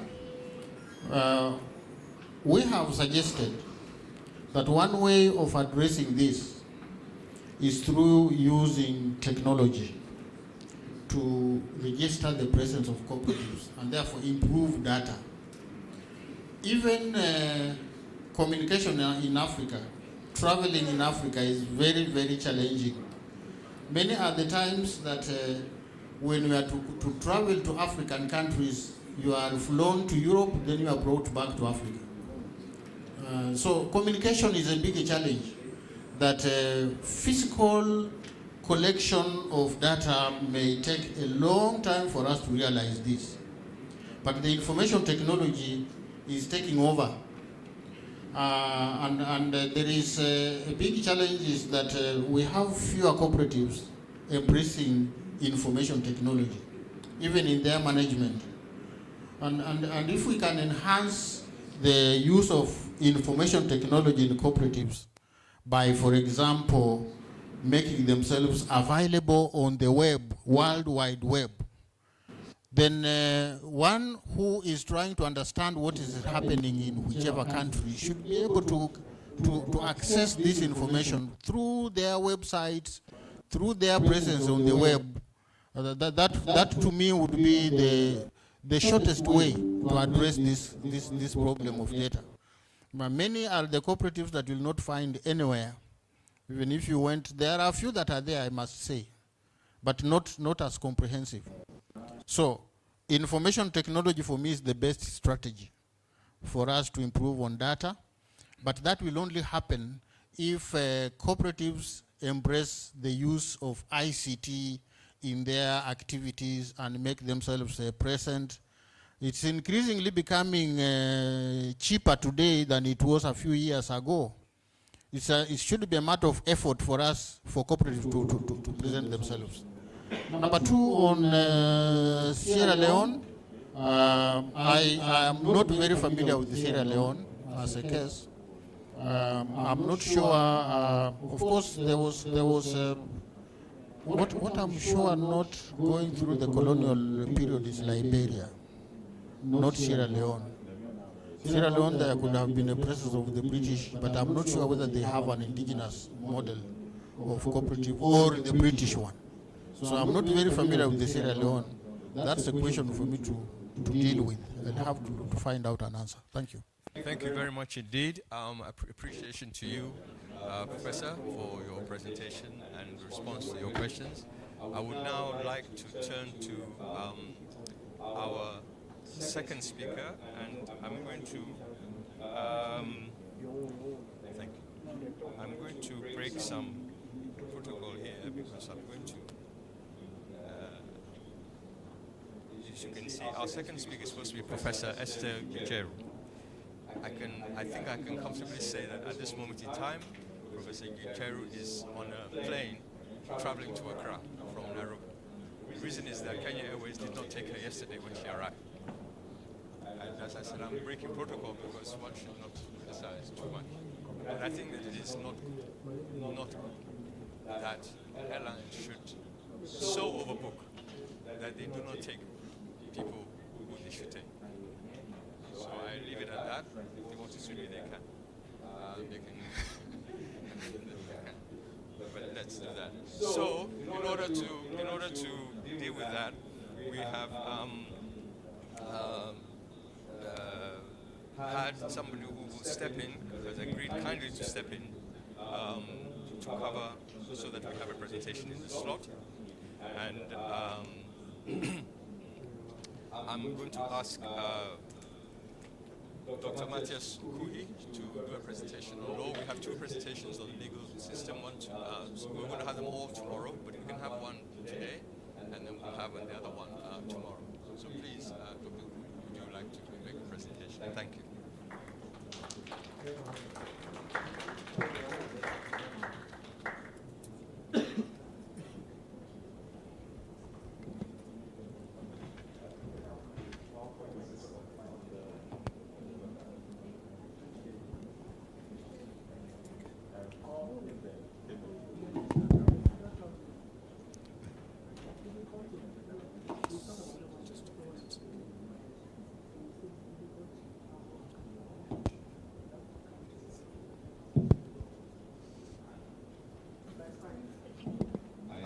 Had to confirm time, it's like we are in Accra where it is 3 hours behind the East African time. So I was just wondering, is it morning or has it moved to an afternoon? And I'm satisfied, having looked at my phone. My watch is still on the East African time, so it was, I had to search for my phone, and I've realized now it is an afternoon. So a very good afternoon to you all.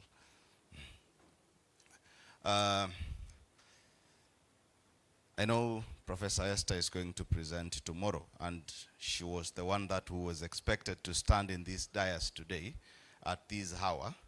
But as explained by our host, I had to step in, and I think it is somewhat what I consider to be a blessing sometime in a disguise.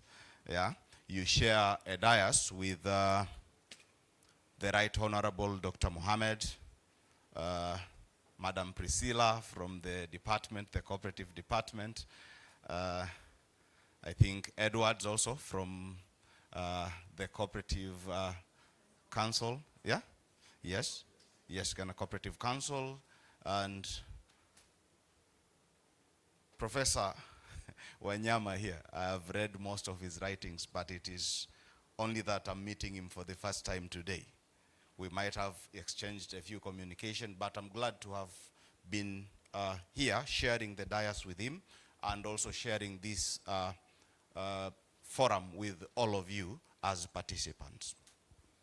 So that is me, Matthias Nkuhi, and briefly, I am a researcher and a consultant.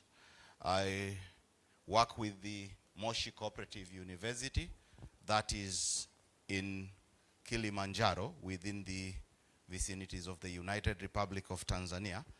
And I'm working as a senior lecturer in the Department of Law. So by profession, I am a lawyer, both a practitioner and an academician. For a very long time, I think I developed an interest on cooperative policy and legislation research.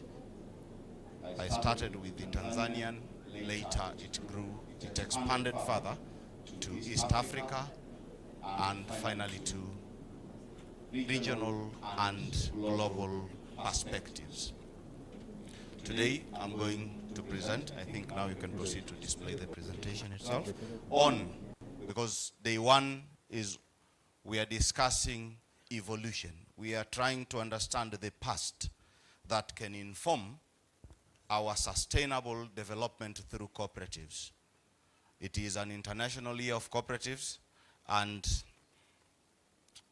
it is an international year for cooperatives, and we are trying in any way possible to make sure that we have cooperatives as enterprises that can address all the issues that mankind is struggling against. So my presentation today is on cooperative law evolution in Africa. And you might ask yourselves the questions as to why are we addressing cooperative law? Why are we addressing why did we think of addressing the history of cooperative law in Africa? And I would, if I step into the mindset of the organizers of this conference, their original ideas, I would agree with them that we need first to look at the past.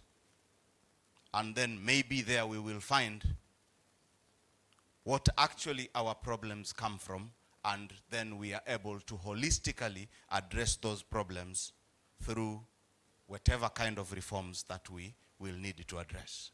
So my presentation is basically aiming at providing insights on the legal nature and regulation of cooperatives, to explain the need for conducive legal environment, as you've been hearing from morning, from the initial speech by Dr. Mohammed, I think, to Ms. Priscilla's, Mr. Edwards, and even Professor Wanyama presentation. The concern has been the conducive legal environment. We are trying to talk about the conducive environment, one of the factors of which is the legal environment. So for me and this particular presentation, I have to explain why do we need the conducive legal environment, especially for cooperative societies' sustainability. I'm also expected to trace the evolution of cooperative law and highlight at least some of the African cooperative law origin, motive, and the challenges that are associated with this particular origin. That is what I'm supposed to do. And finally, I have to outline a roadmap and maybe some course of actions that we're supposed to take if we are to rethink of where we want to go in a sustainably way.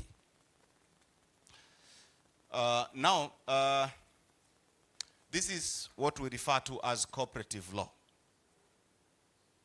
I look at cooperative law as professor here attempted to explain, and he said we in academics, we would foremost prefer to provide context in whatever that we are dealing with. If we are tracing the evolution of cooperative law in Africa, then it means we have to look at least the concept of cooperative law itself. Because if we know what it is, then we are able to tell what or where does it come from. So, in the context of this particular presentation, and which is of course emanating from literature, from general practices, from the principles that we have and we've adopted, and which we refer to them as peremptory norms, I considered looking at cooperative law as a legal framework. If we are talking of cooperative law, we look at it in the perspective of the legal framework for member-owned and democratically controlled enterprises. It is not just the law for everybody. It is the law for the democratically controlled enterprise and for member-owned enterprise. It is not a company. It is not a partnership. It is not what we refer to as corporations, but these are cooperative societies, which they bear this particular characteristic. And we look at this law from foremost the perspective of what we refer to and generally know as cooperative principles and values. Yes, there might be variations, there might be diversities, there might be departures in some particular context. But foremost, when we look at cooperative law, when we look at the legal framework, we have to be satisfied that it is embodying, among other things, the cooperative principles and values. That is something that we have to look at. Now, the history of these particular principles and values, because if we're talking of law itself, we are talking of the body of principles. We are talking of body of rules. We are talking of body of regulations that regulates certain societies or certain individuals' behaviors or operations or transactions, so to call them. But it is a body. It is a regulation. It is a principle. It is a rule. Now, cooperatives have their unique rules, have their unique regulations, have their unique principles that requires them to conduct or to transact in a particular way. And we refer to them as cooperative principles and values. So whenever we are addressing or whenever we are talking of the legal framework for cooperatives, we are talking foremost of these particular principles. They were initially adopted in 1937, you see, amended in 1966, further amended in 1995, when you see now we have the 7 cooperative principles. We're talking of these 7 cooperative principles. So now every cooperative is supposed to be voluntary and open in terms of membership. Every cooperative is supposed to be democratically controlled by the members themselves. Every cooperative is supposed to be autonomous and independent. We've heard stories today in the presentation by Professor Wanyama, where you see most of these principles being defeated by the original setup in Africa. Cooperatives not being autonomous and independent. Cooperative not being controlled by the members, state controlled. Now we are trying to understand the same in the perspective or in the context of the law itself. So we have the principle of information training and education, cooperation among cooperative, which Mr. Edwards, when he was presenting, he even wished that there was a song which could be sung by all of us today, addressing the issue of cooperation among cooperatives, because there is a feeling that this principle is not being lived by most of the cooperatives in this part of the continent. And finally, a new principle that was brought for the first time in play, the concern for community principle. Cooperatives should not be only concerned with the members, but also with the surrounding communities, which has transformed most communities today, most cooperative societies today. You see cooperatives working beyond their members' interest, and they are serving the surrounding communities. Cooperatives building hospitals, cooperatives generating energy, cooperatives protecting environment, cooperatives doing quite a lot with an intent of attaining sustainable development goals. So we have the cooperative law at the international level, we have cooperative law at the national level, and we have cooperative law at the regional level. The structures, you see, the levels are different. You can look at international framework, because we're talking of cooperative law as the international framework. Today, if you're looking at the international framework, the very foremost thing that you will look at will be the International Cooperative Alliance Statement on Cooperative Identity, which provides for the principles and the values.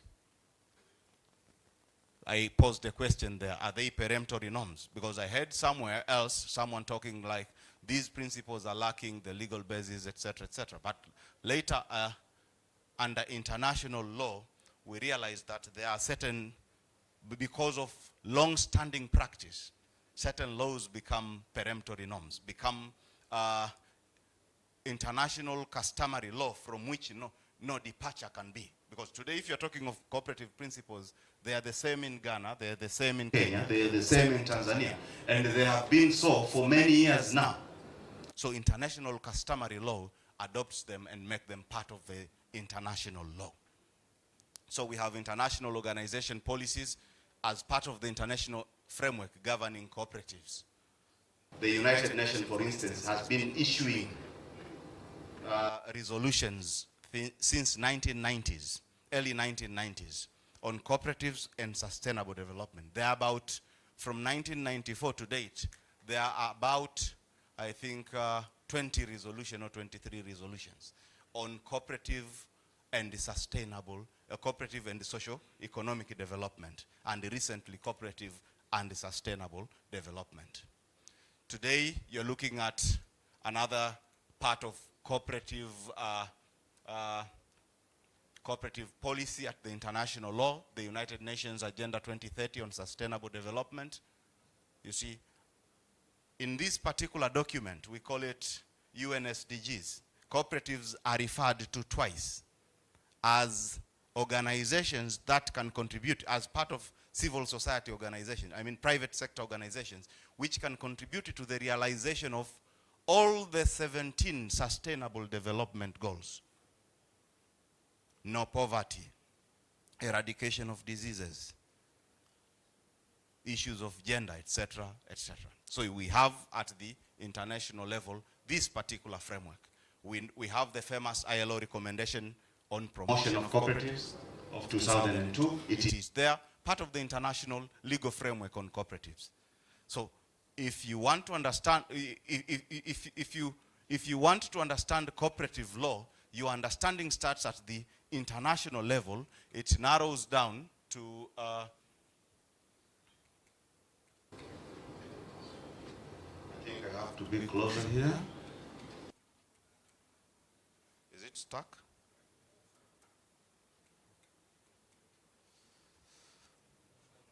Yes, I think it is stuck, my pointer.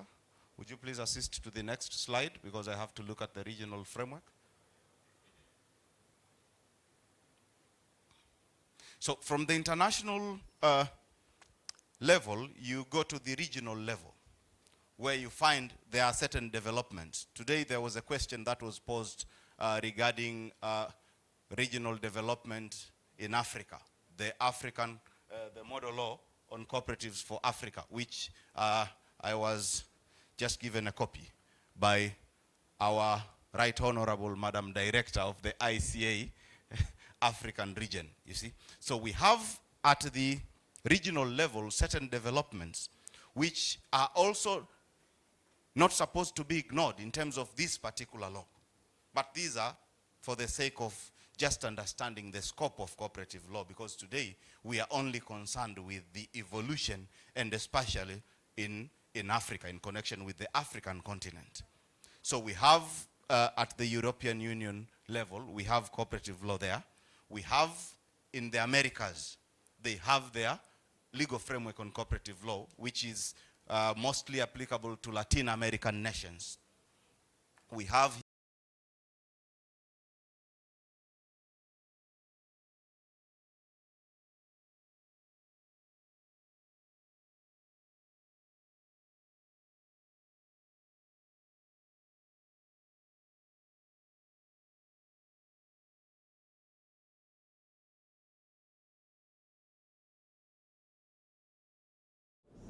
national cooperative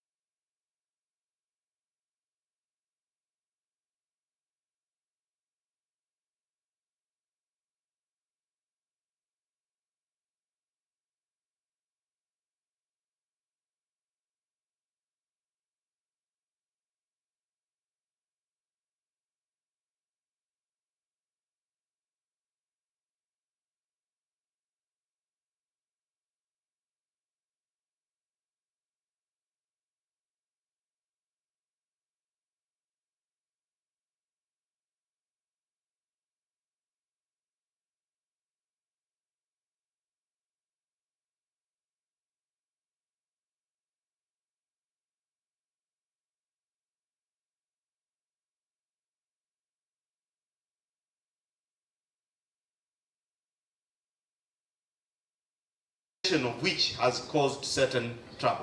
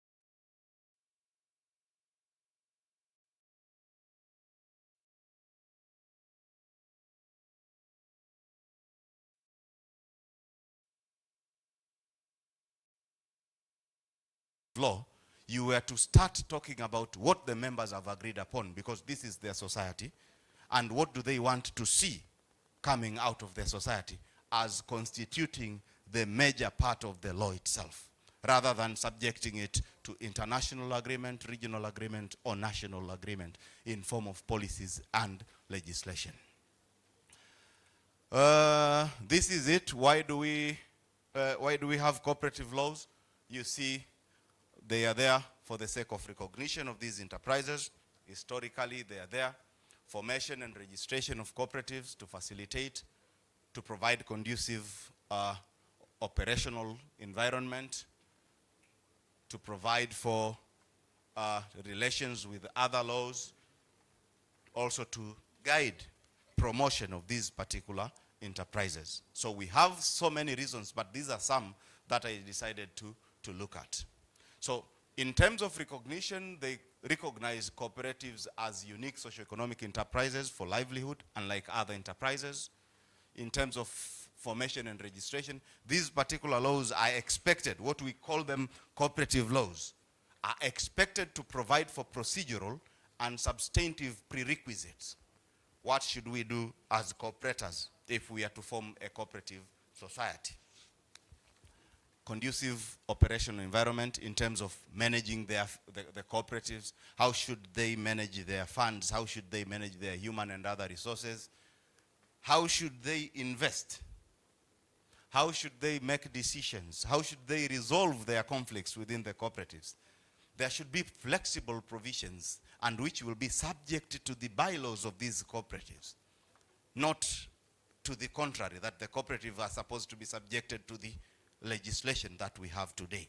Okay. Relations with other laws, ability to, can cooperatives own other business cooperatives?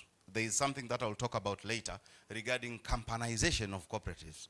Today you find like you form a cooperative, but the legal environment again is pushing you to companize and form what we call the cooperatives.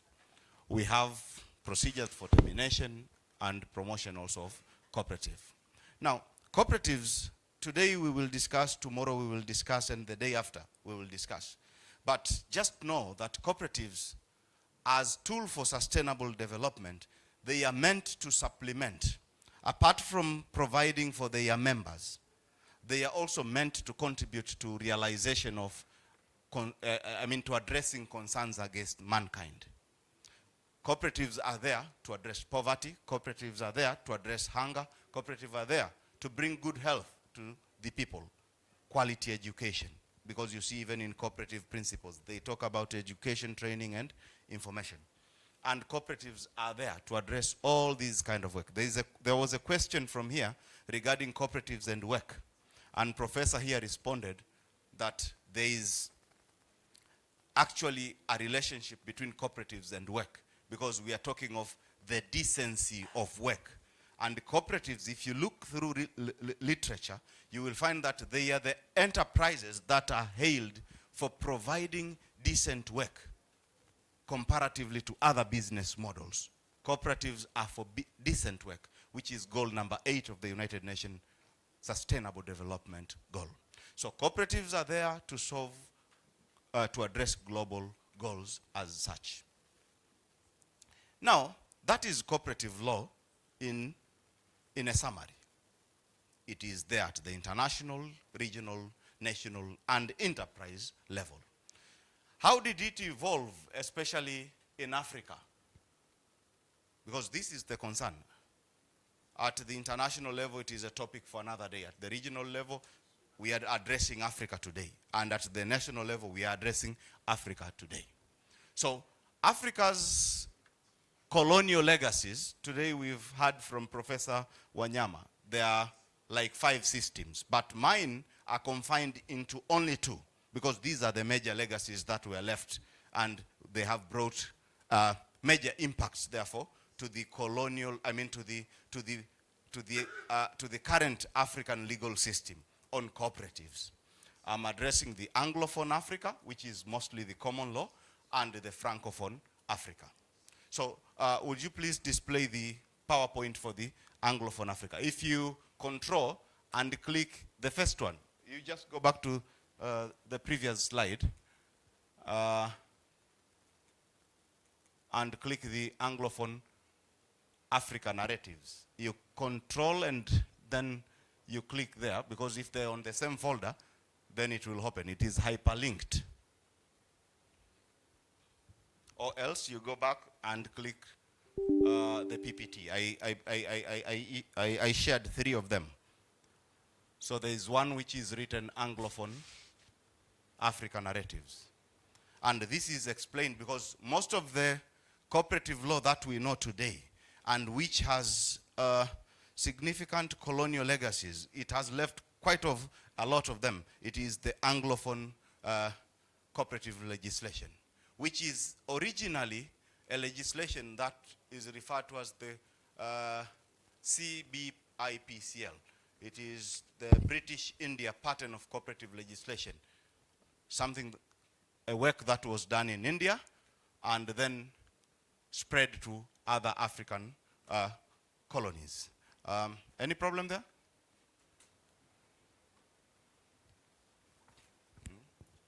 Yes? Pardon? Yeah, I need to wrap up. I just finished. Okay. So while he's working on the PPT, I think I can, in the interest of time, I can explain the evolution in the context of the British and the French people in Africa. One, most of the laws in Anglophone Africa, which were the countries which were under the British colonial rule and the French colonial rule in Africa. The term colonial is in quoted comma because in Anglophone Africa, there were differences in terms of what you can refer to as strictly colonial and some which were under mandate and trusteeship territories. Like, for instance, in Kenya and Uganda, these were protectorate under the British colonial rule. But you go to Tanzania, then Tanganyika, and some of the other countries were first under mandate of the League of Nations, and later they were under trusteeship of the United Nations. Now, what happened is that the very foremost legislation was a work that was done in India.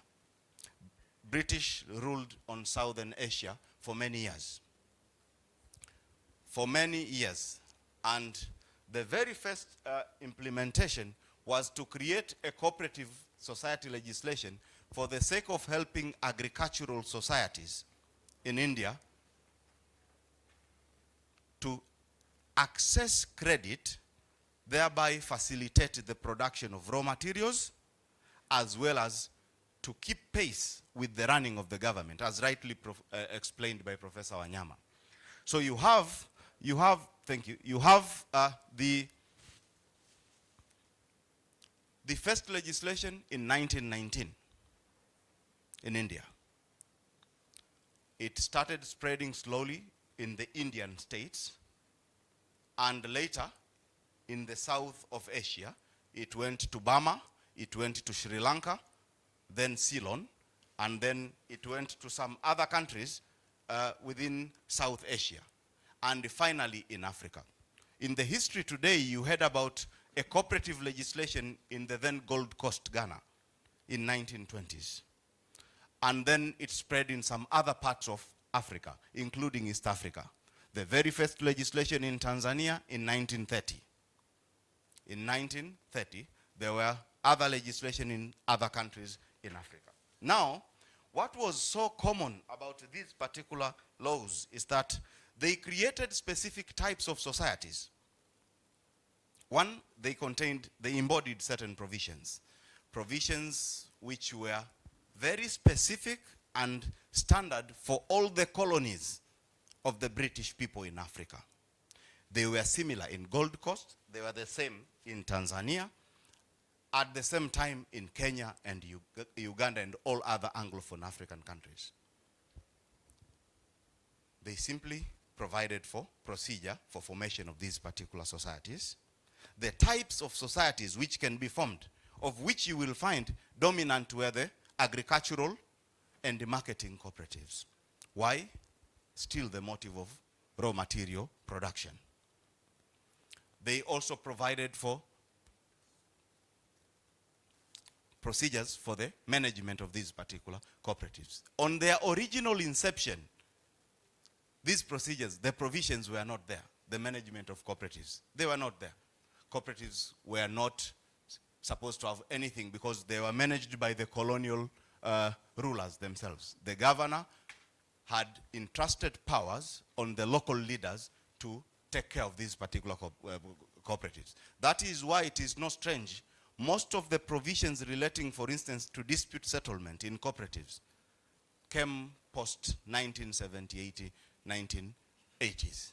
They were not there because people were not concerned with the problems that cooperative will have as autonomous and independent societies, but rather they were concerned with the problems which cooperative were to address in providing raw materials and in ensuring that the colonial government smoothly ran their business.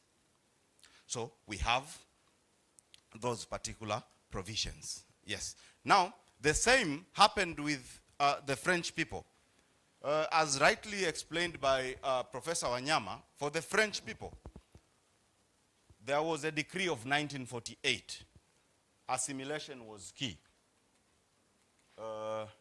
This is Anglophone Africa. You see from, that is what I've just explained, sub-Saharan African countries, and it created what we refer to as the classical British India pattern of cooperative law in Kenya, Uganda, Botswana, Eswatini, Ghana, and Nigeria. And what you see is that there are common features. All these legislation have similar names. All these legislation have cooperative structures which are similar, specific types of cooperatives which are similar, provisions on formation, management, and dissolution. They are similar. Excessive control elements. They are rather being controlled than being supervised or anything. The oversight is not there. The government's eyes and hands are both onto this particular cooperative, under these particular structures that are created. We have these particular laws, as you can see. And we've cited also the Ghanaian Cooperative Societies Act. Now, in terms of the legal environment, what you see with this kind of law, there is either the conducive or the inhibitive legal environment under Anglophone Africa. So we have, in terms of recognition, if you have the conducive environment, there is a working relationship that there will be growth and progress. In terms of promotion, if you have conducive legal environment, it is the same. There will be growing. And the opposite is what is displayed on the other side of the PPT. Now, today in Africa, I'll give you examples from just 2 Anglophone African countries. These particular laws, the historical perspective, there was a convent. A convent is, you know, a convent, a religious convent of sisters. They produced electricity that was quite a lot for them to run there. To cater for themselves. So they decided to sell or to start a business of selling electricity. Now they were told, because as a convent they cannot do business, they were supposed to register a particular type of association. They went for a cooperative society, and when that country law was read under the particular provision of kind of societies that can be formed, they found that there is no cooperative on electricity. This is the kind of legislation that you have today. If you want to form a particular type of a cooperative today, will you be able to form a cooperative on water management in your country? For instance, you're trying to think of the scope in terms of recognition. What is it that is recognized by the law itself? So these are the questions that we emanate out of this particular evolution, this kind of laws that we have today, most of which are a copy and paste. You read the Ghanaian Cooperative Societies Act on provisions, for instance, of latest I've been doing cooperative research, most of legal areas, one of which is dispute settlement. I read the provision on dispute settlement under maybe 10 or 8 countries. I realize it is just the same. It is a replica of everything. So we have issues, serious ones, which are not addressed in terms of recognition, in terms of promotion. What are we promoting here today? Are youth included? Are women included in terms of what we are promoting? Are they taken aboard? Today, you're talking of agriculture and marketing cooperatives. I've seen some changes that are brought by maybe the African model law.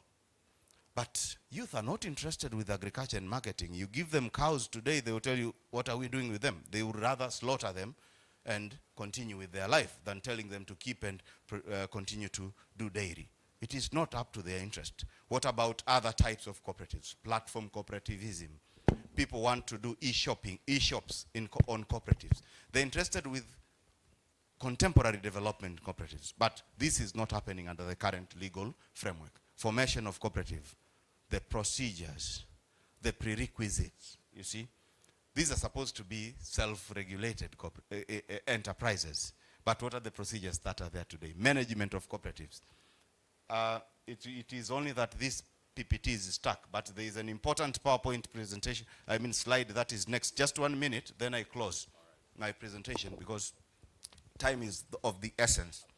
Yes. I don't know why it is stuck, but there is a very important, which shows the issues on management of cooperatives in Africa. Today, you wonder whether it is, because of these laws, you wonder whether it is the cooperatives themselves operating or they are just a branch of the government. Today, in some countries, because of the Anglophone, you see, these are the issues. Opportunity areas, digital platforms, e-shops, but they are not taken care of the legal environment. There are controls. We are talking of controls. Today, these societies cannot pass their budget until they are approved by, I don't know if that is a practice here in Ghana, is it?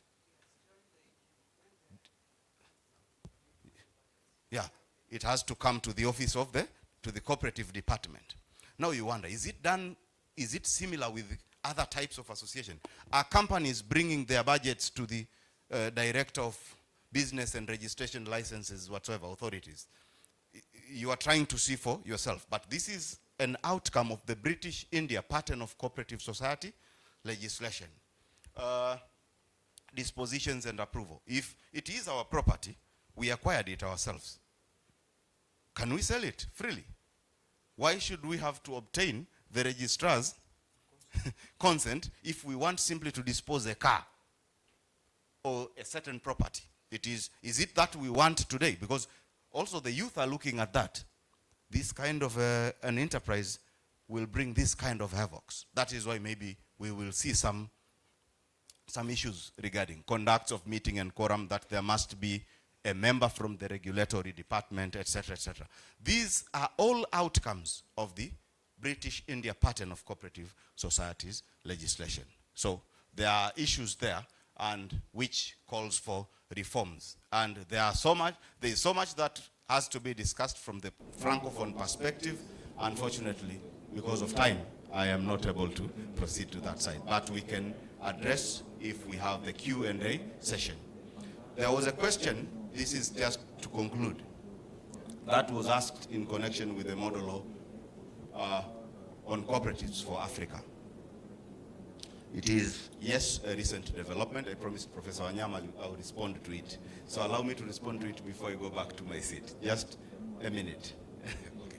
So that is the history, but now we have the model law on cooperatives for Africa. It is the ICA initiative, African Union Development. I would club it so. Now, what you've seen in terms of the content that is provided by the National Cooperative Law is now tried to be mediated. There is created what we call a flexibility. We have to look at a flexible law, a more flexible law that provides for this legal environment, which makes cooperatives autonomous and independent, member-based, provide for all the environment that the cooperative can sail in without any legal havoc. So we have an attempt in Africa, and that is through this particular model law. It provides for the same areas that we've been looking at. It provides for what cooperatives are. It provides for how can they be formed. It provides for issues relating to membership, rights, privileges, etc., etc. But with more flexible provisions. It provides for types of societies, even though reading at it, it suggests that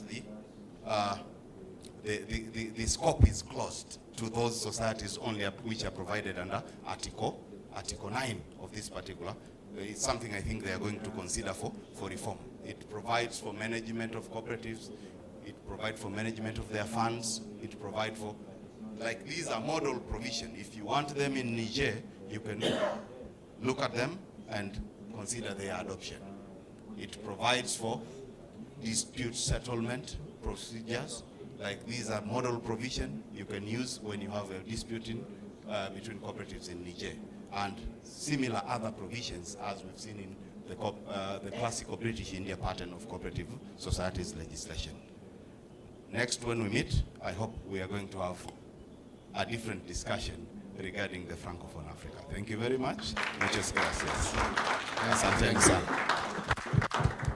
Okay, what I'm proposing to do is that, because we're going to have a presentation, thank you very much for that. We have a legal environment presentation tomorrow that we don't know who exactly will come, but we can marry, we can open the door for you to engage in that question and answer for that. So what I would suggest is that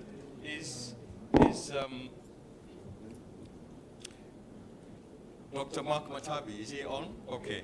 Are we able to connect his presentation to relay to the people who are in the room now? And is he himself ready?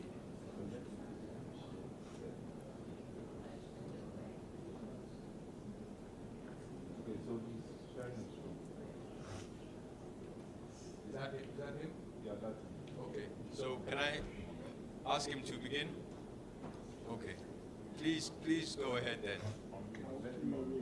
Thank you. Thank you, Dr. Adams. Thank you, everyone. Professor Wanyama.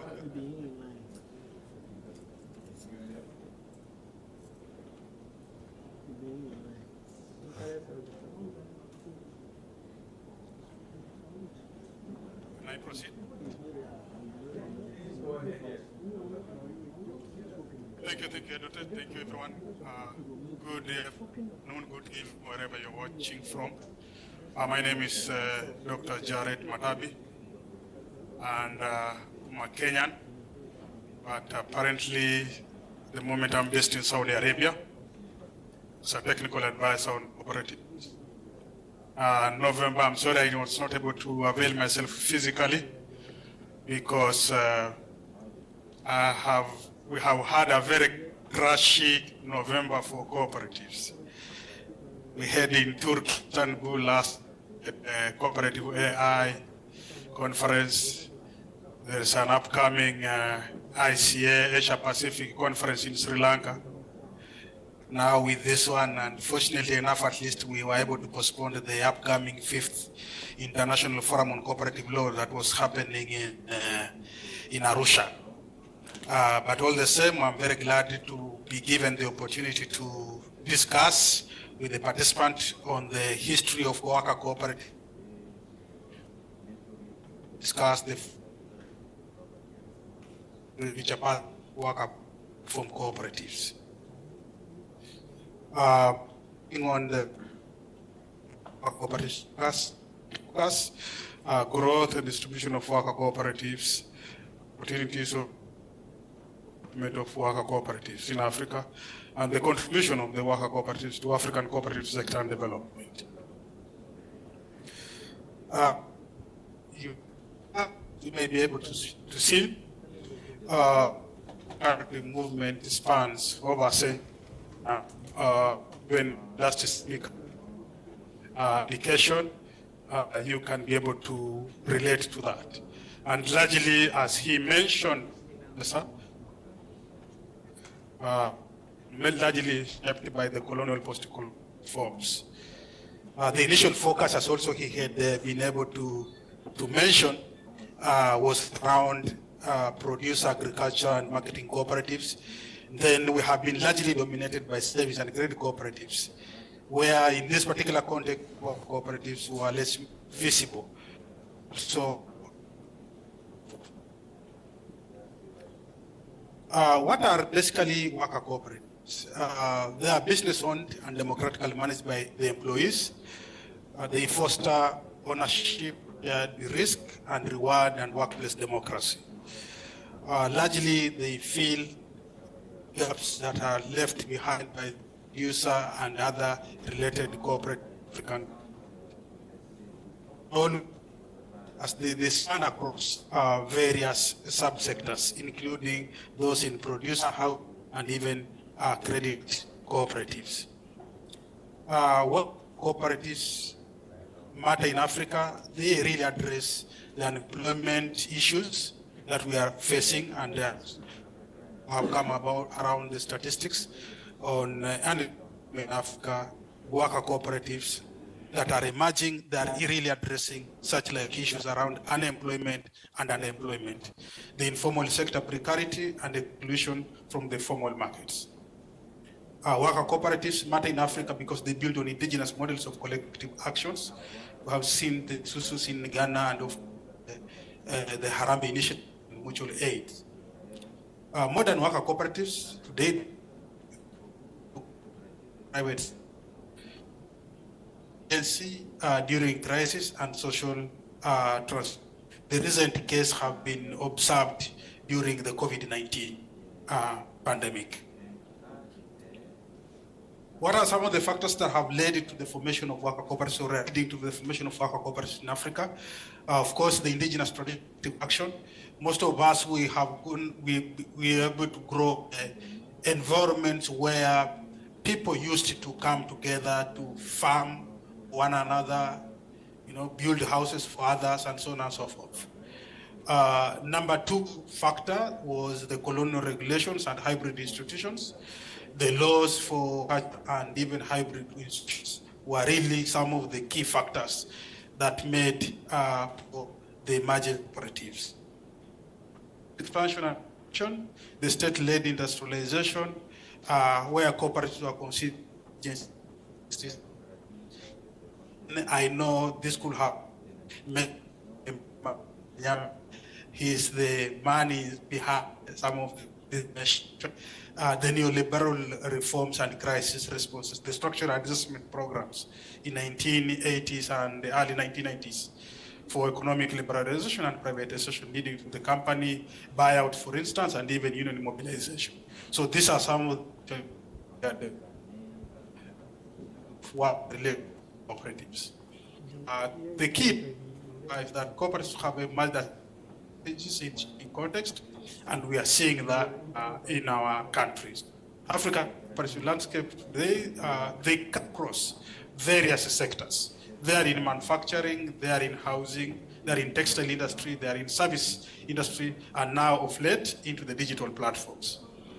Membership mostly of these cooperatives are youth, women, and informal workers, and even skilled persons. The worker cooperatives adapt to new challenges, including urbanization, digitization, and the climate. Sector, I picked from north, east, west, and south of Africa.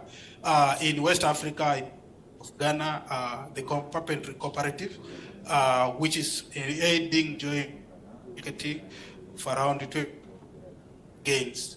Workers in the wood industry, they have been able to report to gain 20 cooperatives. Women textiles in Ghana, they drive export growth, gender equality, and even local resilience. The strength of the worker cooperatives in the carpentry and textile industry, the issue of the solidarity and active. In Kenya, worker cooperatives are so much into the housing and the service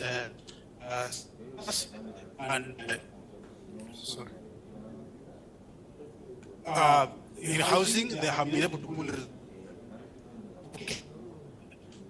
about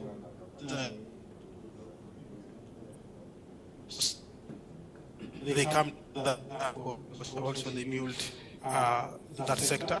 In the matatu or the minibus sector, and the taxis, and even auto service, and cleaning, and even catering sectors, we have seen the workers provide the stable urban jobs. And especially now in Nairobi, we are seeing the sprouting of worker-related cooperatives. The strength of these cooperatives in this participation leading to social and economic uplift in the country. When we go to the southern part of Africa, in South Africa, mostly worker as a result of buyouts preserved in the manufacturing during the 1990s. The recent surge has been unions act cooperatives for gig workers. This is based on the Fair Work Fund. See some of those reports. The challenges we are facing in that particular regard has been the capital access and even regulatory. And as last speaker mentioned, some of these things are addressed with the proper laws which are being advocated for.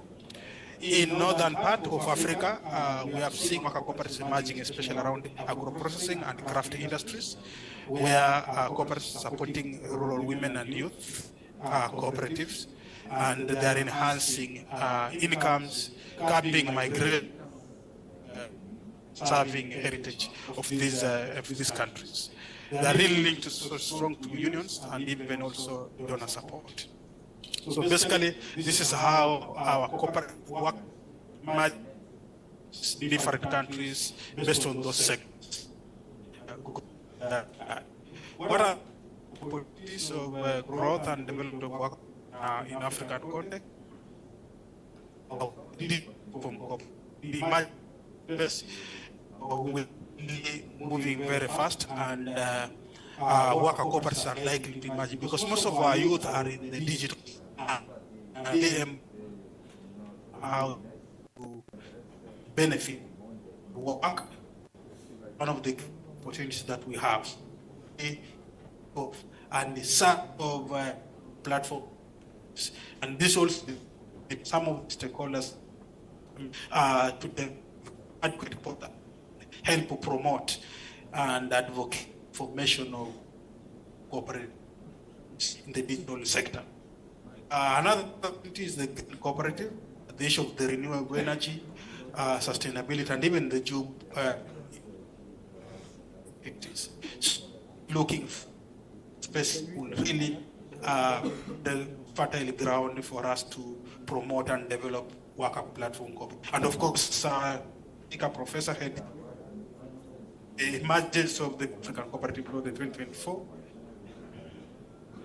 to give maybe proper ground for countries to easily adapt and basic sections and articles that can really be able to help us promote work cooperative, because the youth unemployment issue is one of the critical things that actually we are looking forward to address, and cooperatives, worker cooperatives could be the best way.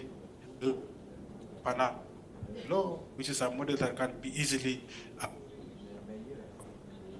countries, both Francophone and even the Anglophone countries. So what we are recommending is that we really need to invest in policy, digital infrastructure, and cooperative network for maximum. And to take this opportunity to thank the organizers of the Cooperation Africa, so that we can be able to nurture a network to promote a cooperative model, and more so the worker platform.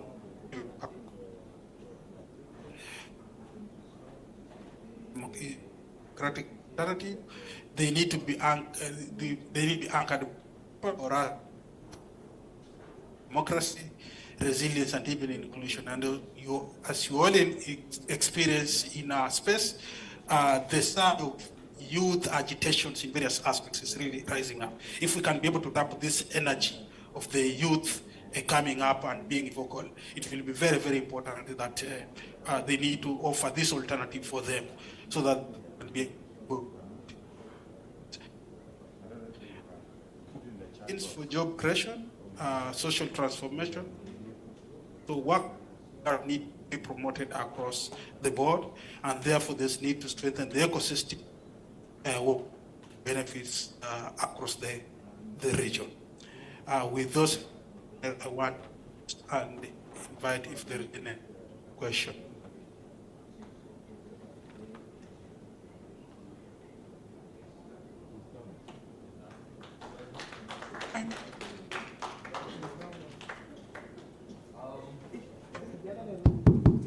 Thank you very much indeed. Thank you very much indeed. What I'm going to do is that I'm going to ask people who have heard both presentations to write their questions down, but I would suggest that the questions about the law, we ask them tomorrow when we have the other presentation on the law. So, but the questions for worker cooperatives, please ask those questions now, and also put the questions online if you wish to. Is there anybody who wants to ask a question about workers' cooperatives at all? Is there anybody? I have a, okay. Okay, all right. We're in business here. Okay, here we go. Can we have one of these? This one? Okay, please. Which one? This one?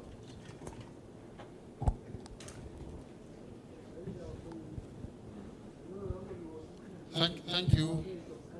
I don't know, Mark, if Mark is still there. And yeah. Okay. Thank you. My name is Wanyama Frederick. I think I'm your countryman. I just want a small clarification on the categorization of housing cooperatives as workers cooperatives. We have had a long history of housing cooperatives in Kenya. And the worker cooperative is a recent development. Could you be referring to the construction workers rather than the housing cooperatives? Housing cooperatives facilitate members to get access to houses, while the workers who work in the construction industry are actually worker cooperatives that brings together people who are doing construction. At home we call them mujengo, to form a cooperative so that they can be collectively looking for work and being paid properly. So if you classify these workers as being housing cooperatives, it creates a confusion. If you can just clarify that for us. Thank you very much. Thank you, Professor Nyama. Please hold on. Let's get some other questions as well. Yes. Is the microphone over there? Thank you. Merci au docteur Matabi. Je vais faire l'économie des éloges parce qu'on n'a pas assez de temps.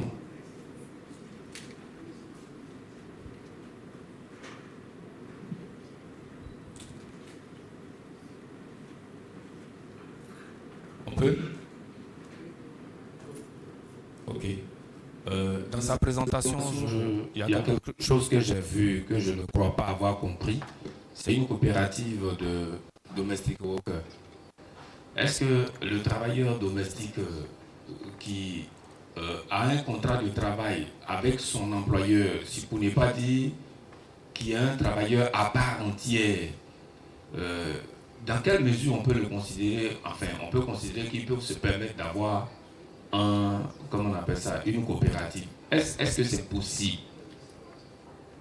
C'est ça ma question. Peut-être que je n'ai pas compris la communication, mais il va éclairer.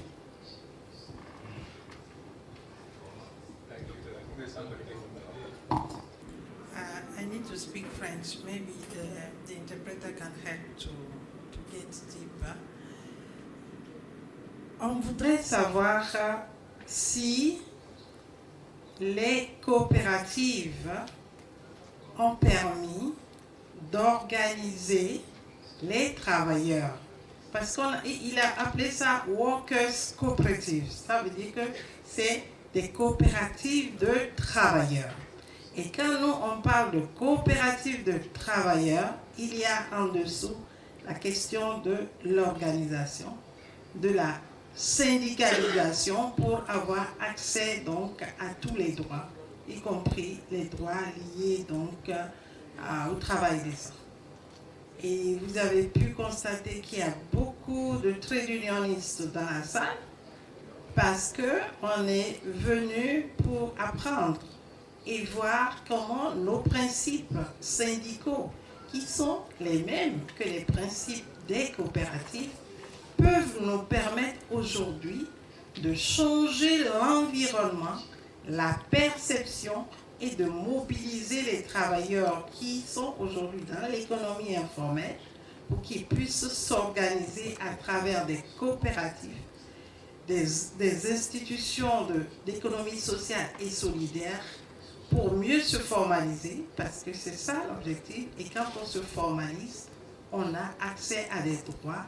On considère l'un des piliers, c'est la protection sociale. Si derrière les coopératives ont un but lucratif, est-ce que les workers organisations telles qu'il a décrites permettent d'organiser ces travailleurs-là qui, d'après sa présentation, sont sectoriels, d'avoir accès à des droits, des facilités dans leur secteur pour que les travailleurs et travailleuses qui se retrouvent dans ces secteurs-là puissent avoir accès à une meilleure vie, à un bien-être social. Et la question revient, la question que l'autre camarade avait posée, agir sur l'environnement social, économique, national, et qu'on perçoive les coopératives des travailleurs et travailleuses comme étant des moteurs de construction dans le dialogue social et économique. Je ne sais pas si j'ai posé trop de questions à la fois, mais c'est en fait ça la réponse qu'on attend. Workers' Cooperation doit nous permettre de comprendre vraiment le rôle que les travailleurs ont joué avec leurs coopératives tout au long de l'histoire. Qu'est-ce qu'on peut en tirer aujourd'hui comme opportunité pour mieux renforcer l'organisation de ces travailleurs qui sont plus nombreux dans l'économie informelle aujourd'hui et qui sont nos potentiels membres que nous, on cherche à organiser, formaliser pour qu'ils aient accès à tous les droits comme tous les travailleurs, que les créations d'emplois à travers ces coopératives-là permettent aux individus qui sont membres de ces coopératives d'accéder à tous leurs droits et qu'on considère vraiment, qu'on leur donne l'étiquette de coopérative de travailleurs et qu'en dessous, ou bien au-delà, c'est la syndicalisation qui transparaît parce qu'on les a organisés autour du droit de leur secteur professionnel. Voilà un peu ce que je... La question, elle est profonde. Ok, merci beaucoup. Je pense que ma question sera un peu dans la continuité de la question qui précède. En réalité, j'avais hésité à poser la question quand il avait suivi la présentation du professeur Wanyama, excusez si je prononce mal. En fait, quand j'ai suivi ensuite les trois autres présentations qui nous ont fait l'historique à la fois de la dynamique coopérative en Afrique, du cadre légal ou juridique en Afrique, et ensuite de l'organisation, en fait, de la coopérative des travailleurs en Afrique, il y a tous les acteurs qui ont influencé les différents changements, les différentes étapes d'évolution qu'on a vues. On a parlé du gouvernement, on a parlé des membres des coopératives, on a parlé même des partenaires qui, à un moment donné, ont appuyé les coopératives pour atteindre leurs objectifs. Mais il y a un élément que je ne trouve pas, c'est le rôle des syndicats, les trade unions. C'est-à-dire, la dynamique syndicale a existé aussi en Afrique. La dynamique, le mouvement coopératif a commencé avec l'impulsion de l'administration coloniale. Le mouvement syndical est venu un peu par la lutte des travailleurs. À un moment donné, le mouvement syndical a supplanté un peu le mouvement coopératif qui est devenu un peu moins visible, comme on l'a dit tout à l'heure. Mais aujourd'hui, le mouvement coopératif est toujours là et est de plus en plus un enjeu, même pour l'atteinte des ODD, et de plus en plus mise en avant. On les considère aujourd'hui beaucoup plus dans l'évolution de la réglementation dans la sous-région comme des acteurs économiques avec beaucoup d'attentes. Mais quel rôle les traits d'union ont joué dans cette évolution et quelle peut être leur contribution pour continuer un peu dans ce que Madame a demandé, dans ce qu'on peut attendre les années à venir pour renforcer, pour rendre un peu plus résilient et plus durable le mouvement coopératif afin de lui permettre d'atteindre les objectifs qui sont vraiment des objectifs de développement et de grands enjeux pour notre continent. Donc voilà à peu près la question que je veux poser. Leur rôle dans l'histoire et les rôles possibles dans l'avenir pour atteindre les objectifs qu'on attend du mouvement coopératif aujourd'hui. Merci. Thank you. I think, okay, there's one.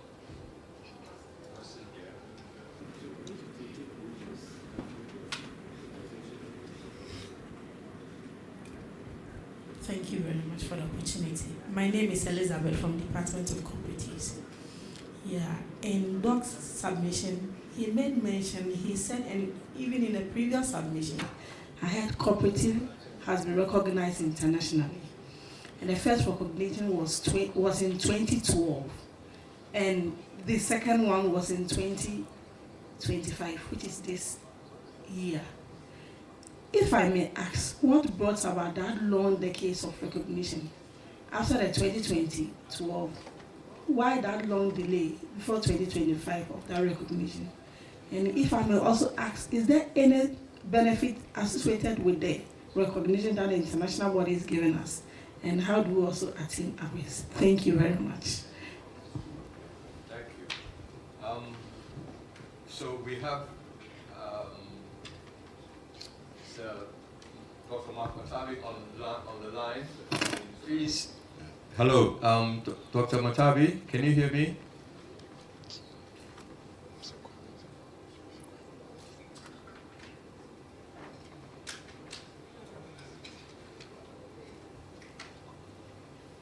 We can't hear you. You can hear me? Now, okay, now we can. Please speak again. Okay, good. Can I go on? Please go ahead, yes. Thank you, Dr. Sorry for that. Just to respond, question for me was from Professor Wanyama. One of the things that is coming out, is right, is the worker cooperatives are much more recently emerging. Because when I was working with the global community implementing cooperative development program by USAID, organizer of officially recognized worker cooperative in Kenya, the Funditech.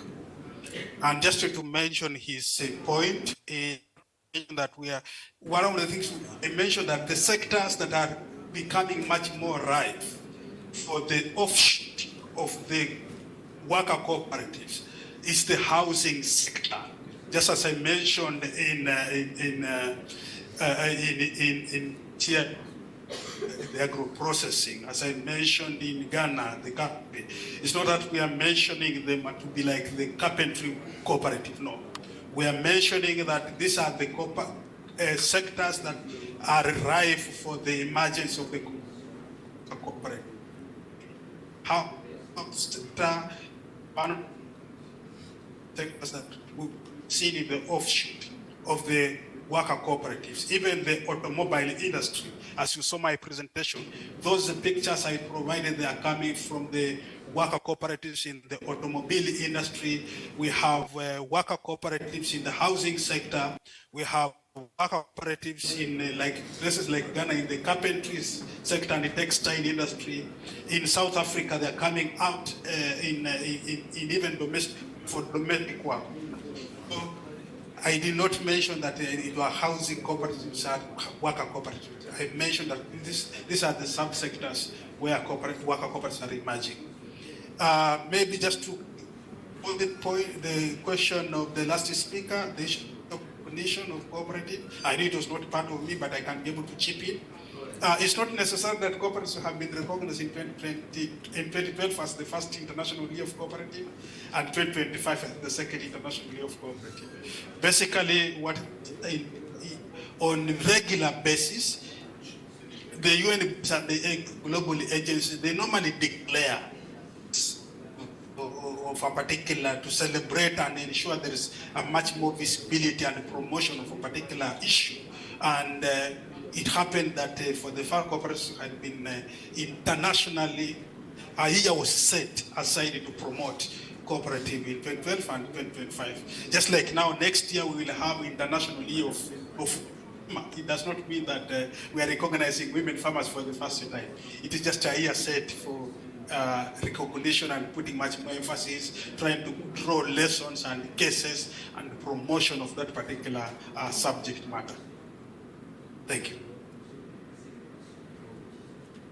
Okay, but what about the question that there was a cluster of questions about the kind of fundamental nature of worker cooperatives and the relationship that trade unions might have with an emerging worker cooperative sector. Can you comment on that, please? So, union mostly just advocate, and their role largely remain on advocation of the rights and the rights of workers in particular subsector. Worker cooperatives, as you know, they are that are coming together, able to do a business in it or secure opportunities within a particular sector that they are in. They are not necessarily like competing with the unions. Another area is unions largely are formed around those who have been employed by other sectors, other employees. In most cases, worker cooperatives are emerging from the self-employed workers, not formally employed workers.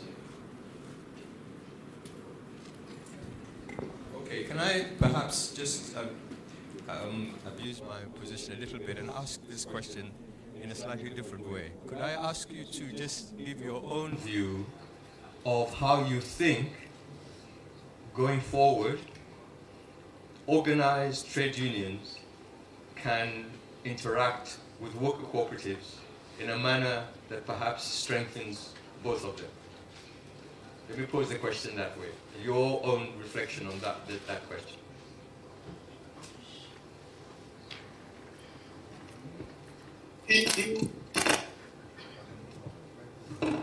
Basically, is the union largely agitate. I understand. Go ahead. Please continue. They normally just they focus on agitation, the rights, work. And like for worker cooperatives, they have.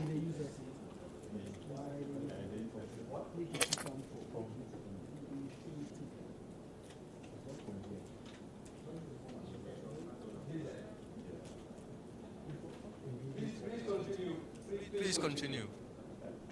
There was a lot of crackle on the line, so we missed a lot of what you said. Other than that, the trade unions are agitators.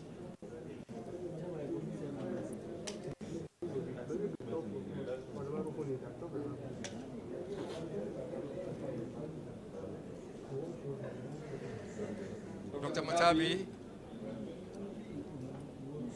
please, can you hear me? I can hear you. Please, can you just go over that again? There was a lot of crackle on the line. I'm saying largely work.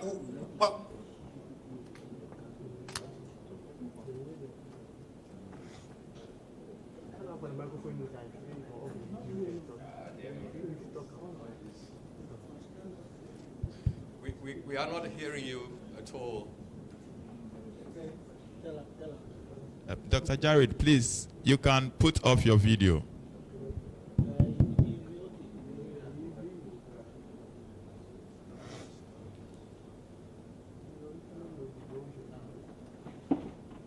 Please try again.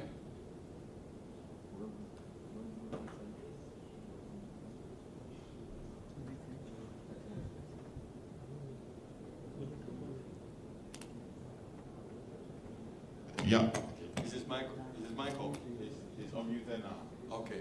Please, yes, apparently you were muted before. Please try again. Let's have one more go.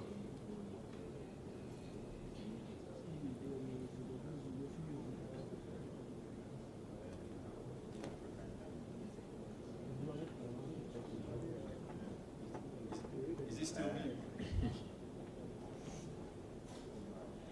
This is not coming through. He's on. He's on? Yes. Is he speaking? No, he's not. I'm sure he should be having sound issue. Maybe we're having some time. Yeah. Let us.